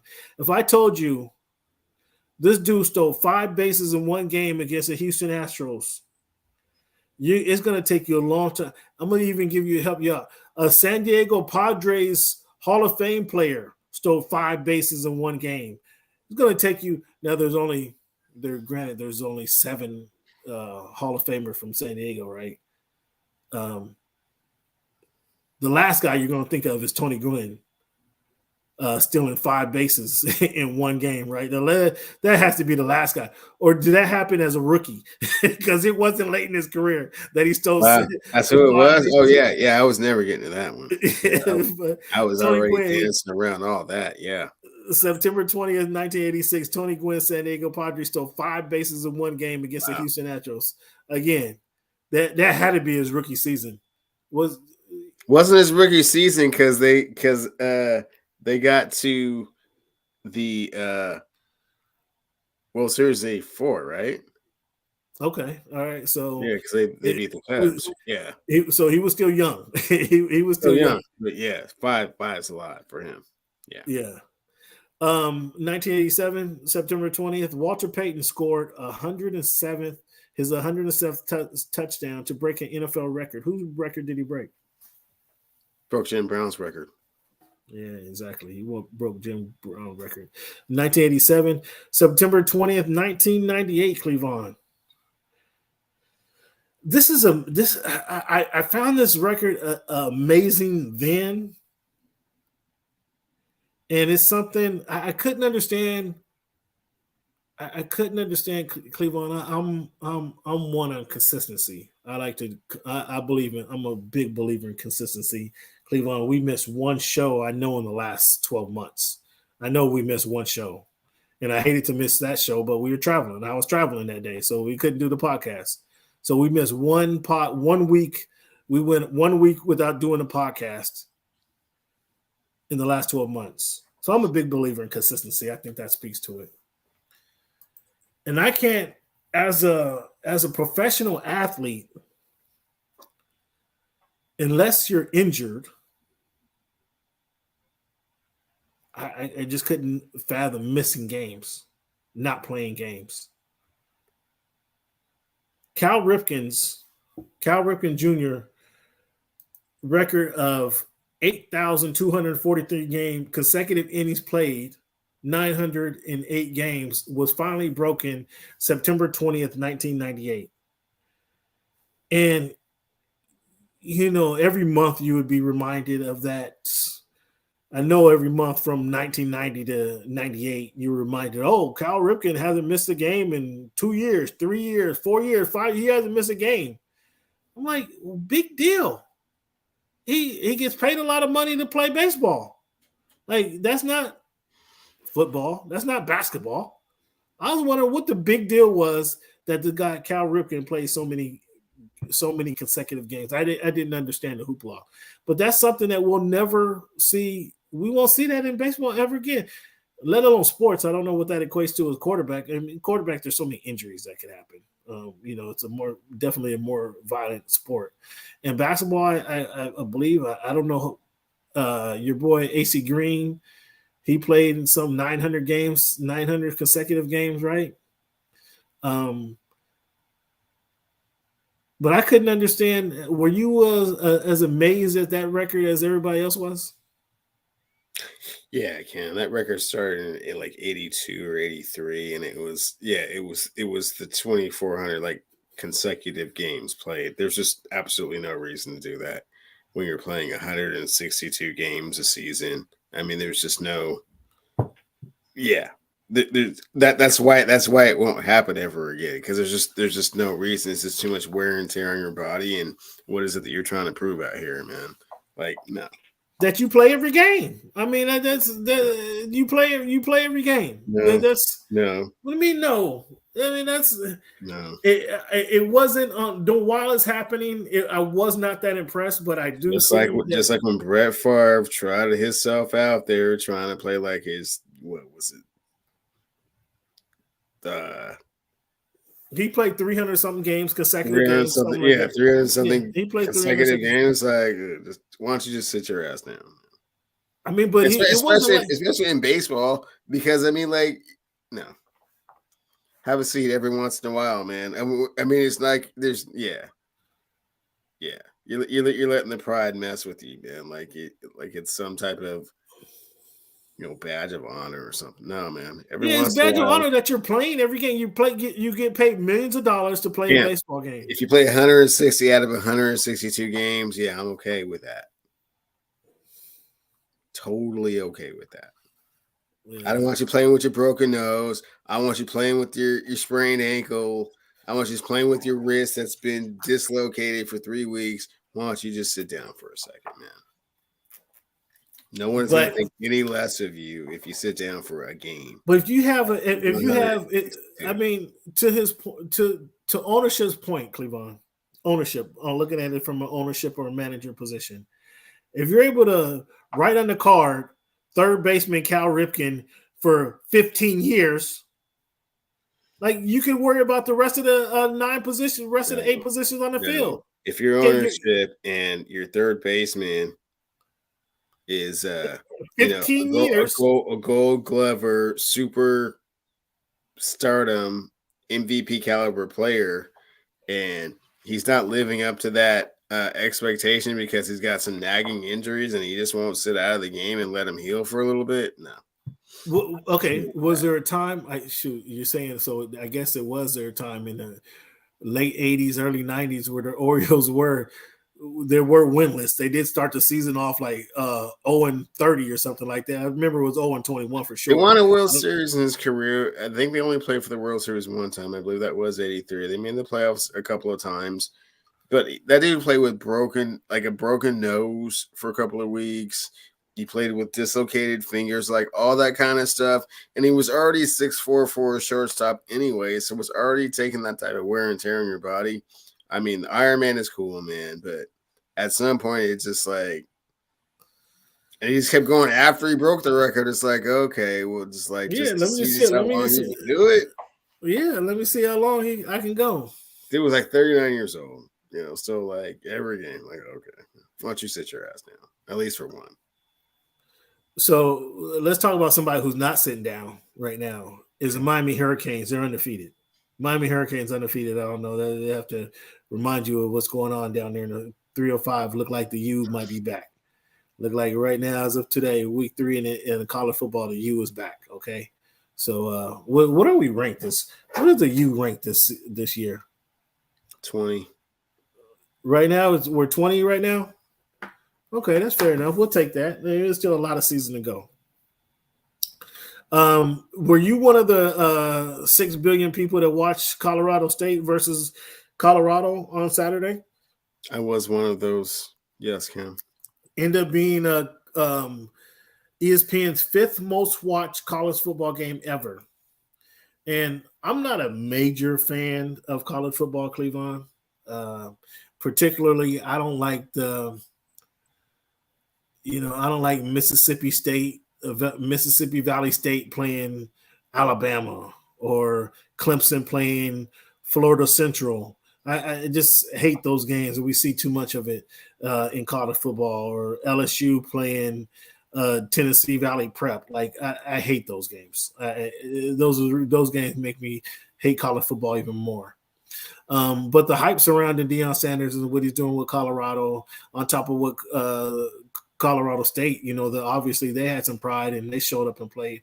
I watched that game, Cleveland, from kickoff to the second overtime. That game was over 4 hours long. I'm like, my goodness, that was over 4 hours of college football. I was like, what is it? I was thinking, I thought when Colorado State took the 8-point lead, I was thinking that like there's 3 minutes left to go in the game. It just felt like there was 3 minutes to go in the game. However, that was 9 minutes to go in fourth quarter. I'm like, hold on. I looked at the time clock. I'm like, there's still another 9 minutes in the football game to go. Obviously, they couldn't hang on. What's your takeaway from what Colorado's doing?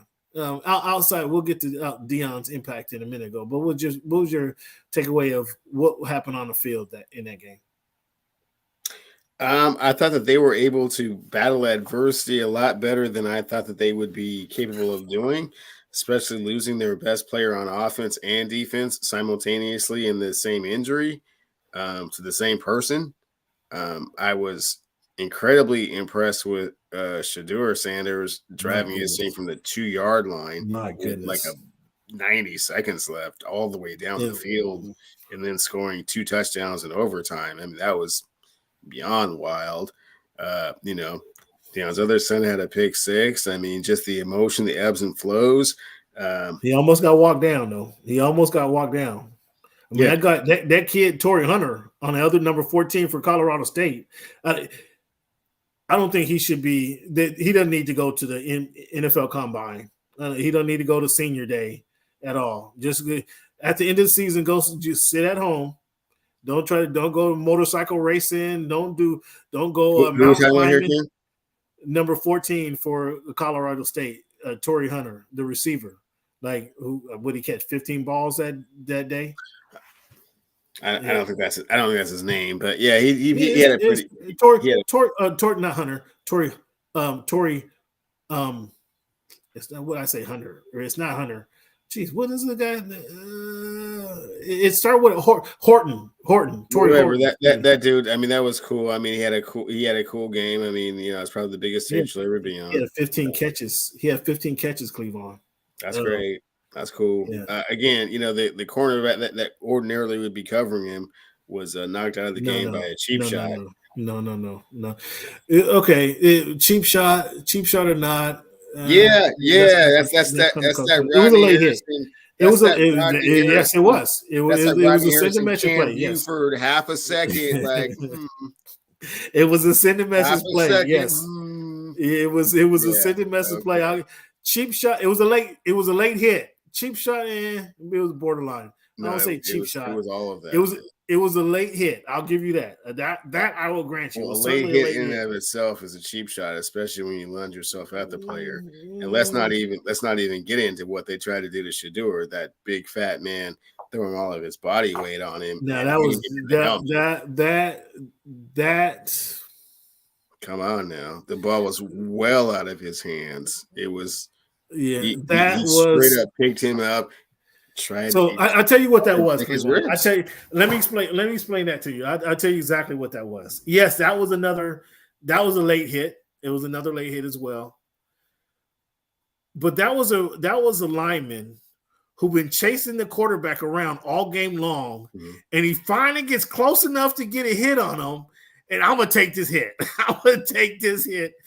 Right or wrong, ball gone or not. I finally get close enough to you to get my body weight on you. Yes, you're going to get all of this right now. That's what that was. But yes, that was, you can't do that in NFL. You can't do that in NFL, let alone college.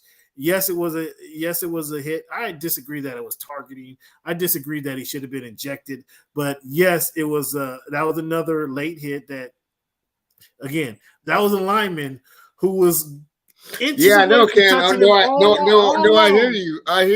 He was inches away from that's why I started my phrase with that Cam Buford, Rodney Harrison half-second thing. It was all game long. He's fighting to get to that quarterback, and he never could quite get there. And so now when he gets there, it has to be all cheap and late. He couldn't quite get there. But never mind that though. Shedeur showed he's worth every NIL dime that he's getting, right? Every NIL dime he's getting, he's worth it all. When he took his team back from, 98, to come back down 8, under 2 minutes, and you have the ball on your 2-yard line. Like you can't put yourself in that type of situation in Madden. Like to come back in Madden, you can't script it so that way in Madden to come back. Now, I would argue that the coach had no business punting that ball, 4th and 2, and if you you're up 8, 4th and 2 on the 40, if you get your first down, the game's over. If you get the first down, the game's over. You don't give the ball 40 though. No, he did the right thing. No. Go for it. We're in control of this game. That would be showing no confidence in your defense if you can pin him at the 2 with that shows that I don't care. My defense doesn't have to come on the field. If I get 2 yards on offense. Whether I'm running an RPO, whether I run my tight end drag, whether I run my fullback from Garfield High School, by the way, whether I run him up the middle, I'm going for the kill. I'm not giving you the ball. So now I have to wonder, and now I'm sweating on my defense. Can my defense stop them? I'm not doing that. I'm going for on 4th down. I'm ending the game right there. So they give him the ball. They give, Shedeur goes down, scores, and very impressive. That forced to overtime. Not only do they score the points, not only do they score the touchdown under 2 minutes, 98 yards to go, and you have to go for 2. So they go for 2, they get it. They force the overtime. Then they get the ball. They take the ball. They score first. So Colorado State has another opportunity to end the game. When they score, if we go for 2 here, we end the football game. We go for 2, we win. They kick the field goal to tie and force another overtime? Come on, man. You're not taking advantage of your opportunities. You're not taking advantage of the opportunity that are right in front of you. Everything, all the animosity that went into the game, all the talk from all week long that went into this game, all the publicity that you were angry that you weren't getting going into this game, you have had a chance to steal it. You had 2 times to steal that. 2 times. By 4th and 2, by going for it, you can end the game there. In overtime, you go for 2, you end the game, you send it, you can wave. I don't even talk about, I wave from the sideline. I don't need to shake your hand. I'll see you. Goodbye. They kicked the field goal to tie it up. Come on, man. Go for the win there. Go for the win. Go for the win, coach. Go for the win, coach. They didn't do it. Obviously, Colorado come back. Overtime again does it. Held them. They scored their touchdown. They helped keep them out the end zone, and they win the game. Do you disagree with what I'm saying, Cleveland? You get what I'm saying? Yeah, you kick it. You kick it. You keep the game. No, stop it. That's playing safe. That's playing safe conservative football. You punt it with 90 seconds left. That's playing safe conservative football. Stop it. Yeah. Stop it. 98 yards. Yeah. Well, Shador did it. So, I mean, clearly. And one thing I noticed in that game as well, not only is Shador spectacular, when Deion Sanders,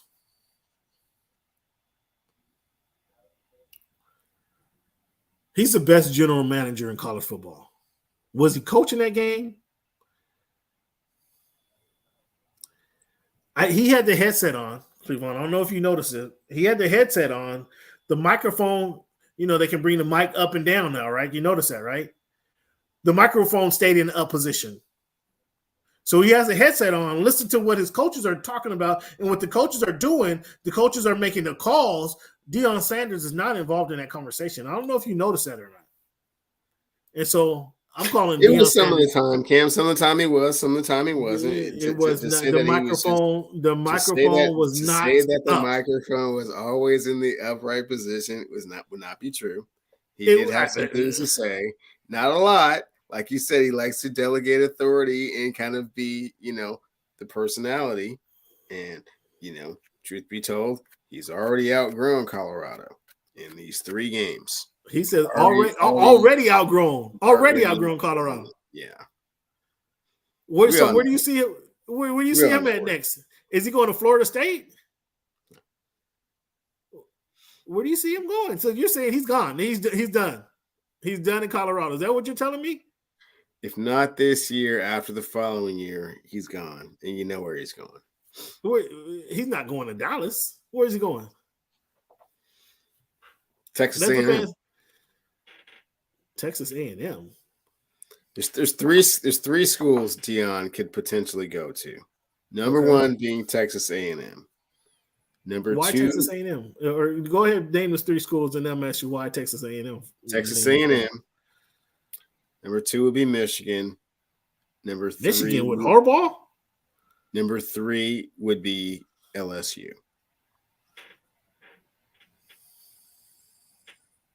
Why Texas A&M? Because they're tired of Jimbo Fisher. He has not delivered on what he promised. They already run that university like an NFL team, meaning their payroll is tremendous with the amount that they're paying all these players.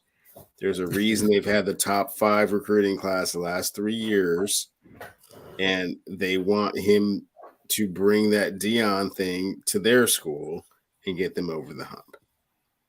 I'm gonna throw something else in your mix.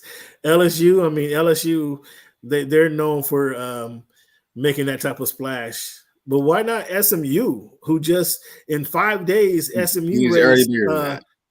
Huh? He's already bigger than that program. Why would he go to anything smaller than Colorado? Well, SMU's in Texas, in Dallas, number 1. That rebirths. SMU hasn't been relevant since the Pony Express. Neither was Colorado. No, Colorado's been relevant 2 times.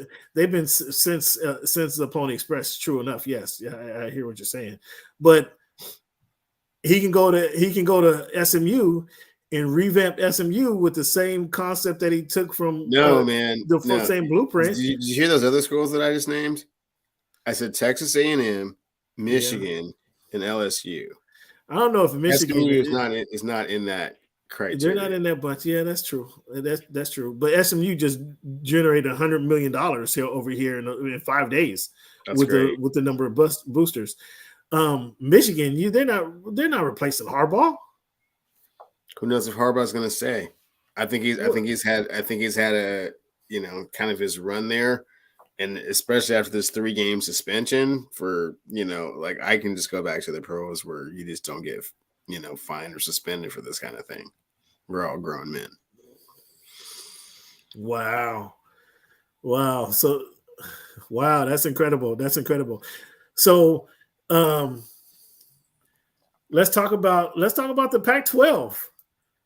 In their swoon season, they have 6 teams in the top 25.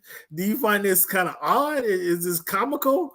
How the Pac-12 right now in their closeout season of their history, they have 6 teams. A third of the teams. It's not 6, Cam. It's 8 teams in the top 25. Who'd I miss? Who'd I miss? I guess I didn't look at the Washington State, Oregon State, UCLA. Just Oregon State. Oregon State's in the top 25? Yeah. Okay. USC, UCLA, Utah, and Colorado. Yeah, I didn't have Utah or Oregon State. All right. So they literally have a third of the teams are in the top 25. Anyway, that conference fixes things, men's offenses and sticks around. No, those other contracts have already been signed. Those alliances have already been made. It just goes to show you how horribly mismanaged the conference was for a long time, because ultimately this is the amount of talent that you have. I mean, way more than the SEC. These things ebb and flow. So the SEC was on top for a long, long time. I mean, what could have happened, given what we're seeing this season? So are you burying you went to SEC, are you burying Alabama and Saban? Has the train moved on past Saban in Crimson Tide? No. The train is still because the sky is falling down here. The sky is falling down here. They lost Texas and the sky is falling. Yeah, the choo-choo is still fully engaged. He just had a misstep at the quarterback position. He just didn't realize that he didn't have one. I mean, sometimes that happens. You think those other guys are cool until they got to play, and it's like, oh, not so much. And didn't use the portal efficiently enough to go get one of those guys, or try to when got the Notre Dame guy, and he's just not that guy. Yeah, the sky is falling down here after they lose another game. So they lost to Texas, right? Their next game is going to be in big bold letters. It's basketball season here in Alabama. It's so weird how this kind of like you fair weather Laker fans. Once the season, it looks like the season is imminent. Everybody jumps off the bandwagon. Kind of very similar. And I was surprised. I thought there were more diehards out here than they are, but everybody is the sky is falling around here, around these parts. It's kind of weird. Cleveland, is it too early to talk Heisman? Is the Heisman race? Is it Shedeur? Did Shedeur put his 98-yard drive? Did that handcuff the Heisman, or does Caleb Williams, or will the next 2 weeks tell you? They got Oregon. And if they can keep it close against Oregon, which they're 21-point underdogs, and then their showdown against Caleb Williams, is that the telltale sign? Will that be the Heisman deciding game? If Shedeur is able to beat Oregon and SC, yeah, he's the favorite. But that's not going to happen. Oregon and SC? I mean, come on. Oregon Oregon didn't look great last week, did they? They put up 81 against who? Willamette University. Is that who they scored 81 on? And then last week it took them late in the fourth quarter to get. This is a Heisman question. This wasn't an Oregon question. The question was. Oh, you don't want to talk about Oregon. You don't want to talk about Oregon. Yeah, no, I'm just saying. If he wins those 2 games, is he a Heisman, favorite? And the answer is yes.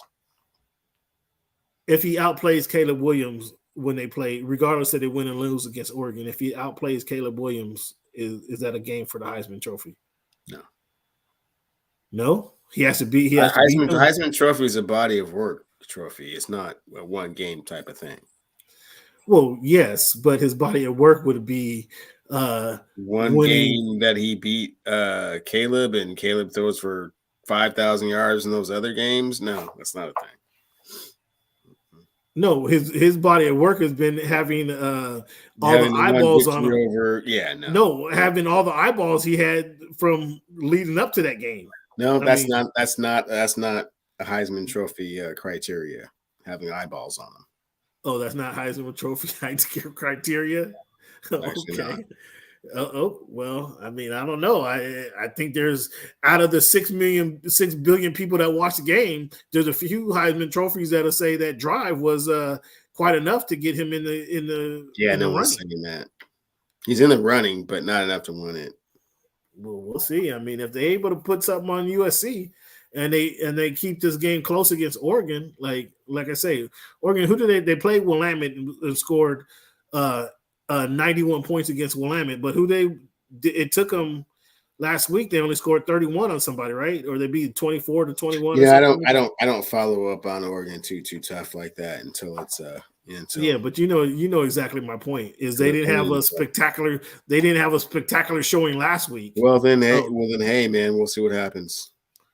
Yeah. Okay.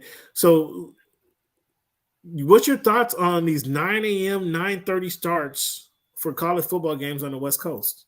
What's your thoughts on this? Not a fan. It's way too early. I went to a couple of USC games. I covered a couple of games that started at 9 a.m. and 9:30 a.m. I believe that was the starts. And on the West Coast? At USC at the Coliseum in LA within the last 3 years. Way too early. It is. I certainly agree with you. Not fair for them. I certainly agree with you. It's way too early on.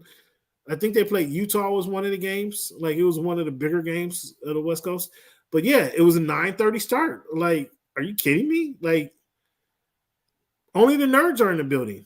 Like, the fans, the rowdy fans, they haven't woke up yet. They haven't woken up yet. There's no beer drinking. There's no tailgating before the game at 9:30 in the morning. All that's gone. So as of right now, as of this very moment, as we speak, that USC versus Colorado game in Colorado, that's going to be a 9:30 start. That's a 9:30 start on Fox, and I actually got credentials to that game, Cleveland. And I thought for sure because Colorado State versus Colorado started at 10 p.m. 10 p.m. It started at 9 p.m. 10 p.m. on the Eastern Standard Time, 9 p.m. here in Central. I thought for sure that'd be a 7 p.m. 7:30 start. And it will be, Cam. There's absolutely no way that game will air at the time that you're talking about. Right. As look at the schedule right now. It's scheduled to air at 9 a.m. 9:30 a.m. tomorrow. What, the Oregon game's about? No, USC versus Colorado at Colorado is scheduled to start at noon on the East Coast next week. So that's in 2 weeks, not next week. 2 weeks is Oregon. No. What do you mean no? I'm telling you right now. Look on the calendar. I'm telling you. I know what you're telling me, Cam. I'm telling you that's not going to be a thing. You're telling me I'm wrong, or you telling me that will change? Which one are you saying? I'm telling you that will change if that is what you're saying, and I'm not saying you're not correct, but yeah, no. Yeah, no, it's going to be 9. NFL does it all the time, bro. They just changed the game. It's 12 p.m. Eastern time, so that's 9 a.m. on the West Coast. 9 a.m. on the West. I'm with you. If that game gets moved, I'll be in the house. I'll be in the house. Game's getting moved. Again, I'm 100% with you. I'll be in Denver in 2 weekends on the 30th. If that game gets moved, I'll be in the house. So I'm rooting for it to get moved. I'm telling you, this morning, as of this morning, I changed it. It's a 12 p.m. game on the East Coast, 9 a.m. on the West Coast. That means it's starting. At 11 o'clock in Central area. Yeah, and it makes no sense to me. That's why I asked this question, Cleavon. What do you think about the start 9 a.m. 9:30 starts? I've been at that game. It's ridiculous. It won't be a thing. Don't worry about that. Howard just came up with the times on the internet use. Yeah, again, because of TV situations, they have to kind of plan for the game to come on at a certain time, and hopefully they change the game. That was cool when they were 2-11 and not the most watched non-bowl game in the history of ESPN. So, yeah. Hey, I'm with you. I am with you, fans. I will report back, but I'm with you on that. Hopefully, it does change. Cleavon, Ohtani. No, you don't want to talk about Ohtani, but he has a surgery. Looks like they say he's going to be able to hit next season, and he won't be able to pitch for a couple seasons. What's your thoughts on his recovery? And Dodgers look like the favorite to you? That's pretty much what we predicted. Yes and yes on both of those questions.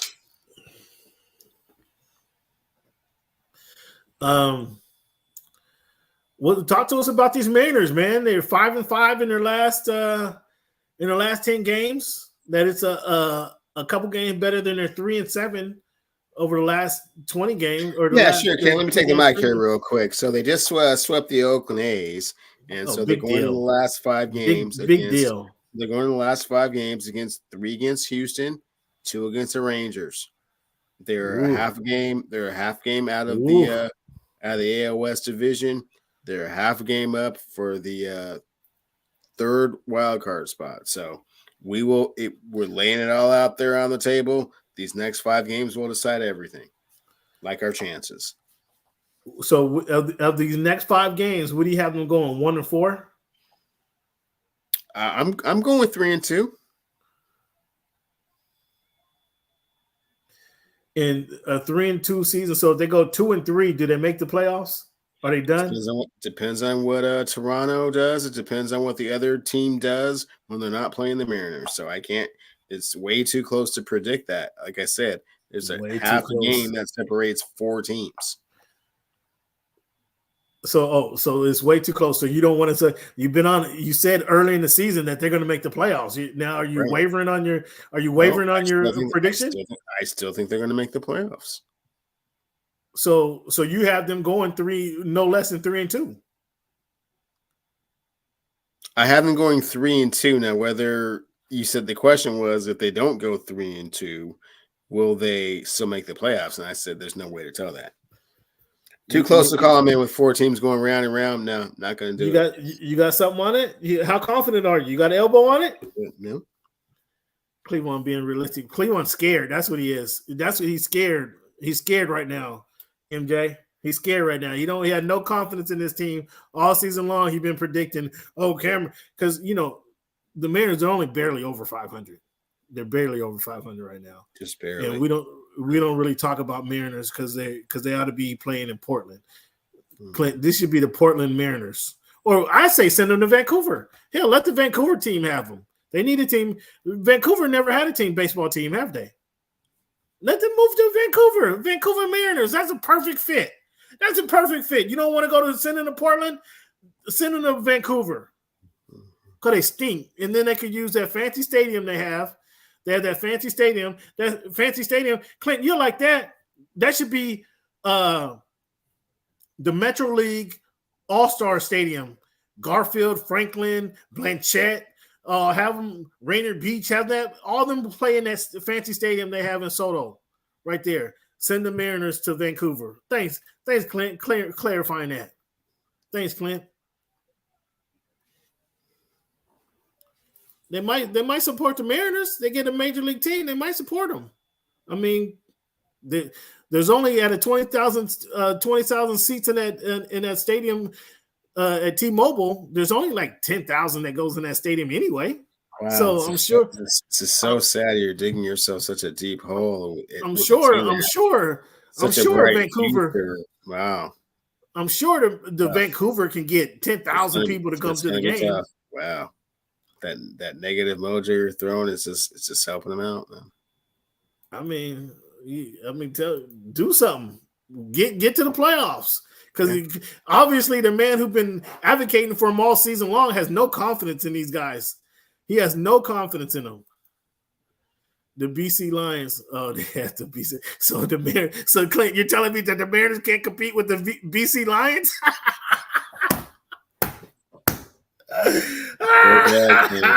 Okay. Not understanding what you're saying, Cam. Not understanding what you're saying. The Mariners can't compete with the BC Lions. That's funny. That's funny. Or the Vancouver Canucks. They can't. The Mariners can't compete with the Vancouver Canucks or the BC Lions. That's hysterical. That's hysterical, Clint. Thanks for bringing this. Oh man, thanks for bringing some levity to the show. That's hysterical. So by next week, the Mariners will be out the playoffs, and so baseball season will be over. Just like the sky is falling down here, and just like the sky is falling down here for Alabama fans, Mariner fans will be moved on to the Kraken. And is the Kraken season starting next week, Cleveland? No, not next week, Cam. The Kraken season starts next week because the Mariners are going to be out. It's going to be hockey. It's going to be hockey season right around the corner. Okay, man. It's going to be hockey season right around the corner. Feel bad for you. Fans, I want to thank you guys for tuning into the Voice of the Fans podcast. This has been week 258 of the Voice of the Fans podcast. We have to end this on a note. Cleveland is now mad at me now because I'll talk about his Bears moving to Vancouver. We got to get that going. Here go Clint. Here go Clint with his chiming in. I don't know, Clint. It's iffy. Hey, I try to bet Cleveland. I told him put some ribs on it. I told him put some ribs on it. He don't want to put no ribs on it. He don't got no confidence in him. Clint, do you got confidence in him? You want to put something on the Mariners making the playoffs? You want to put a rib dinner on it? You got a rib dinner on the Mariners making the playoffs? Tell me that. It don't have to be nothing big. Rib dinner, $20. I can go right here to Full Moon, get me a rib dinner, $20. Is the barbecue's pretty? You got $20 on it, Clint? I don't think Clint don't got $20 on it either. I don't know how confident neither one of you guys are the Mariners making the playoffs. You just told me, okay. Oh, there it is there. There it is there. You got more confidence in Cleveland. We'll see what happens. So tune in, fans, next week to see if the Mariners actually make the playoffs. And I want my $20, Cleveland. Or I want my $20, Clint. Cash App, Voice of the Fans. Cash App, $ Voice of the Fans. That's where you're going to send my money to. Cash App, Voice of the Fans.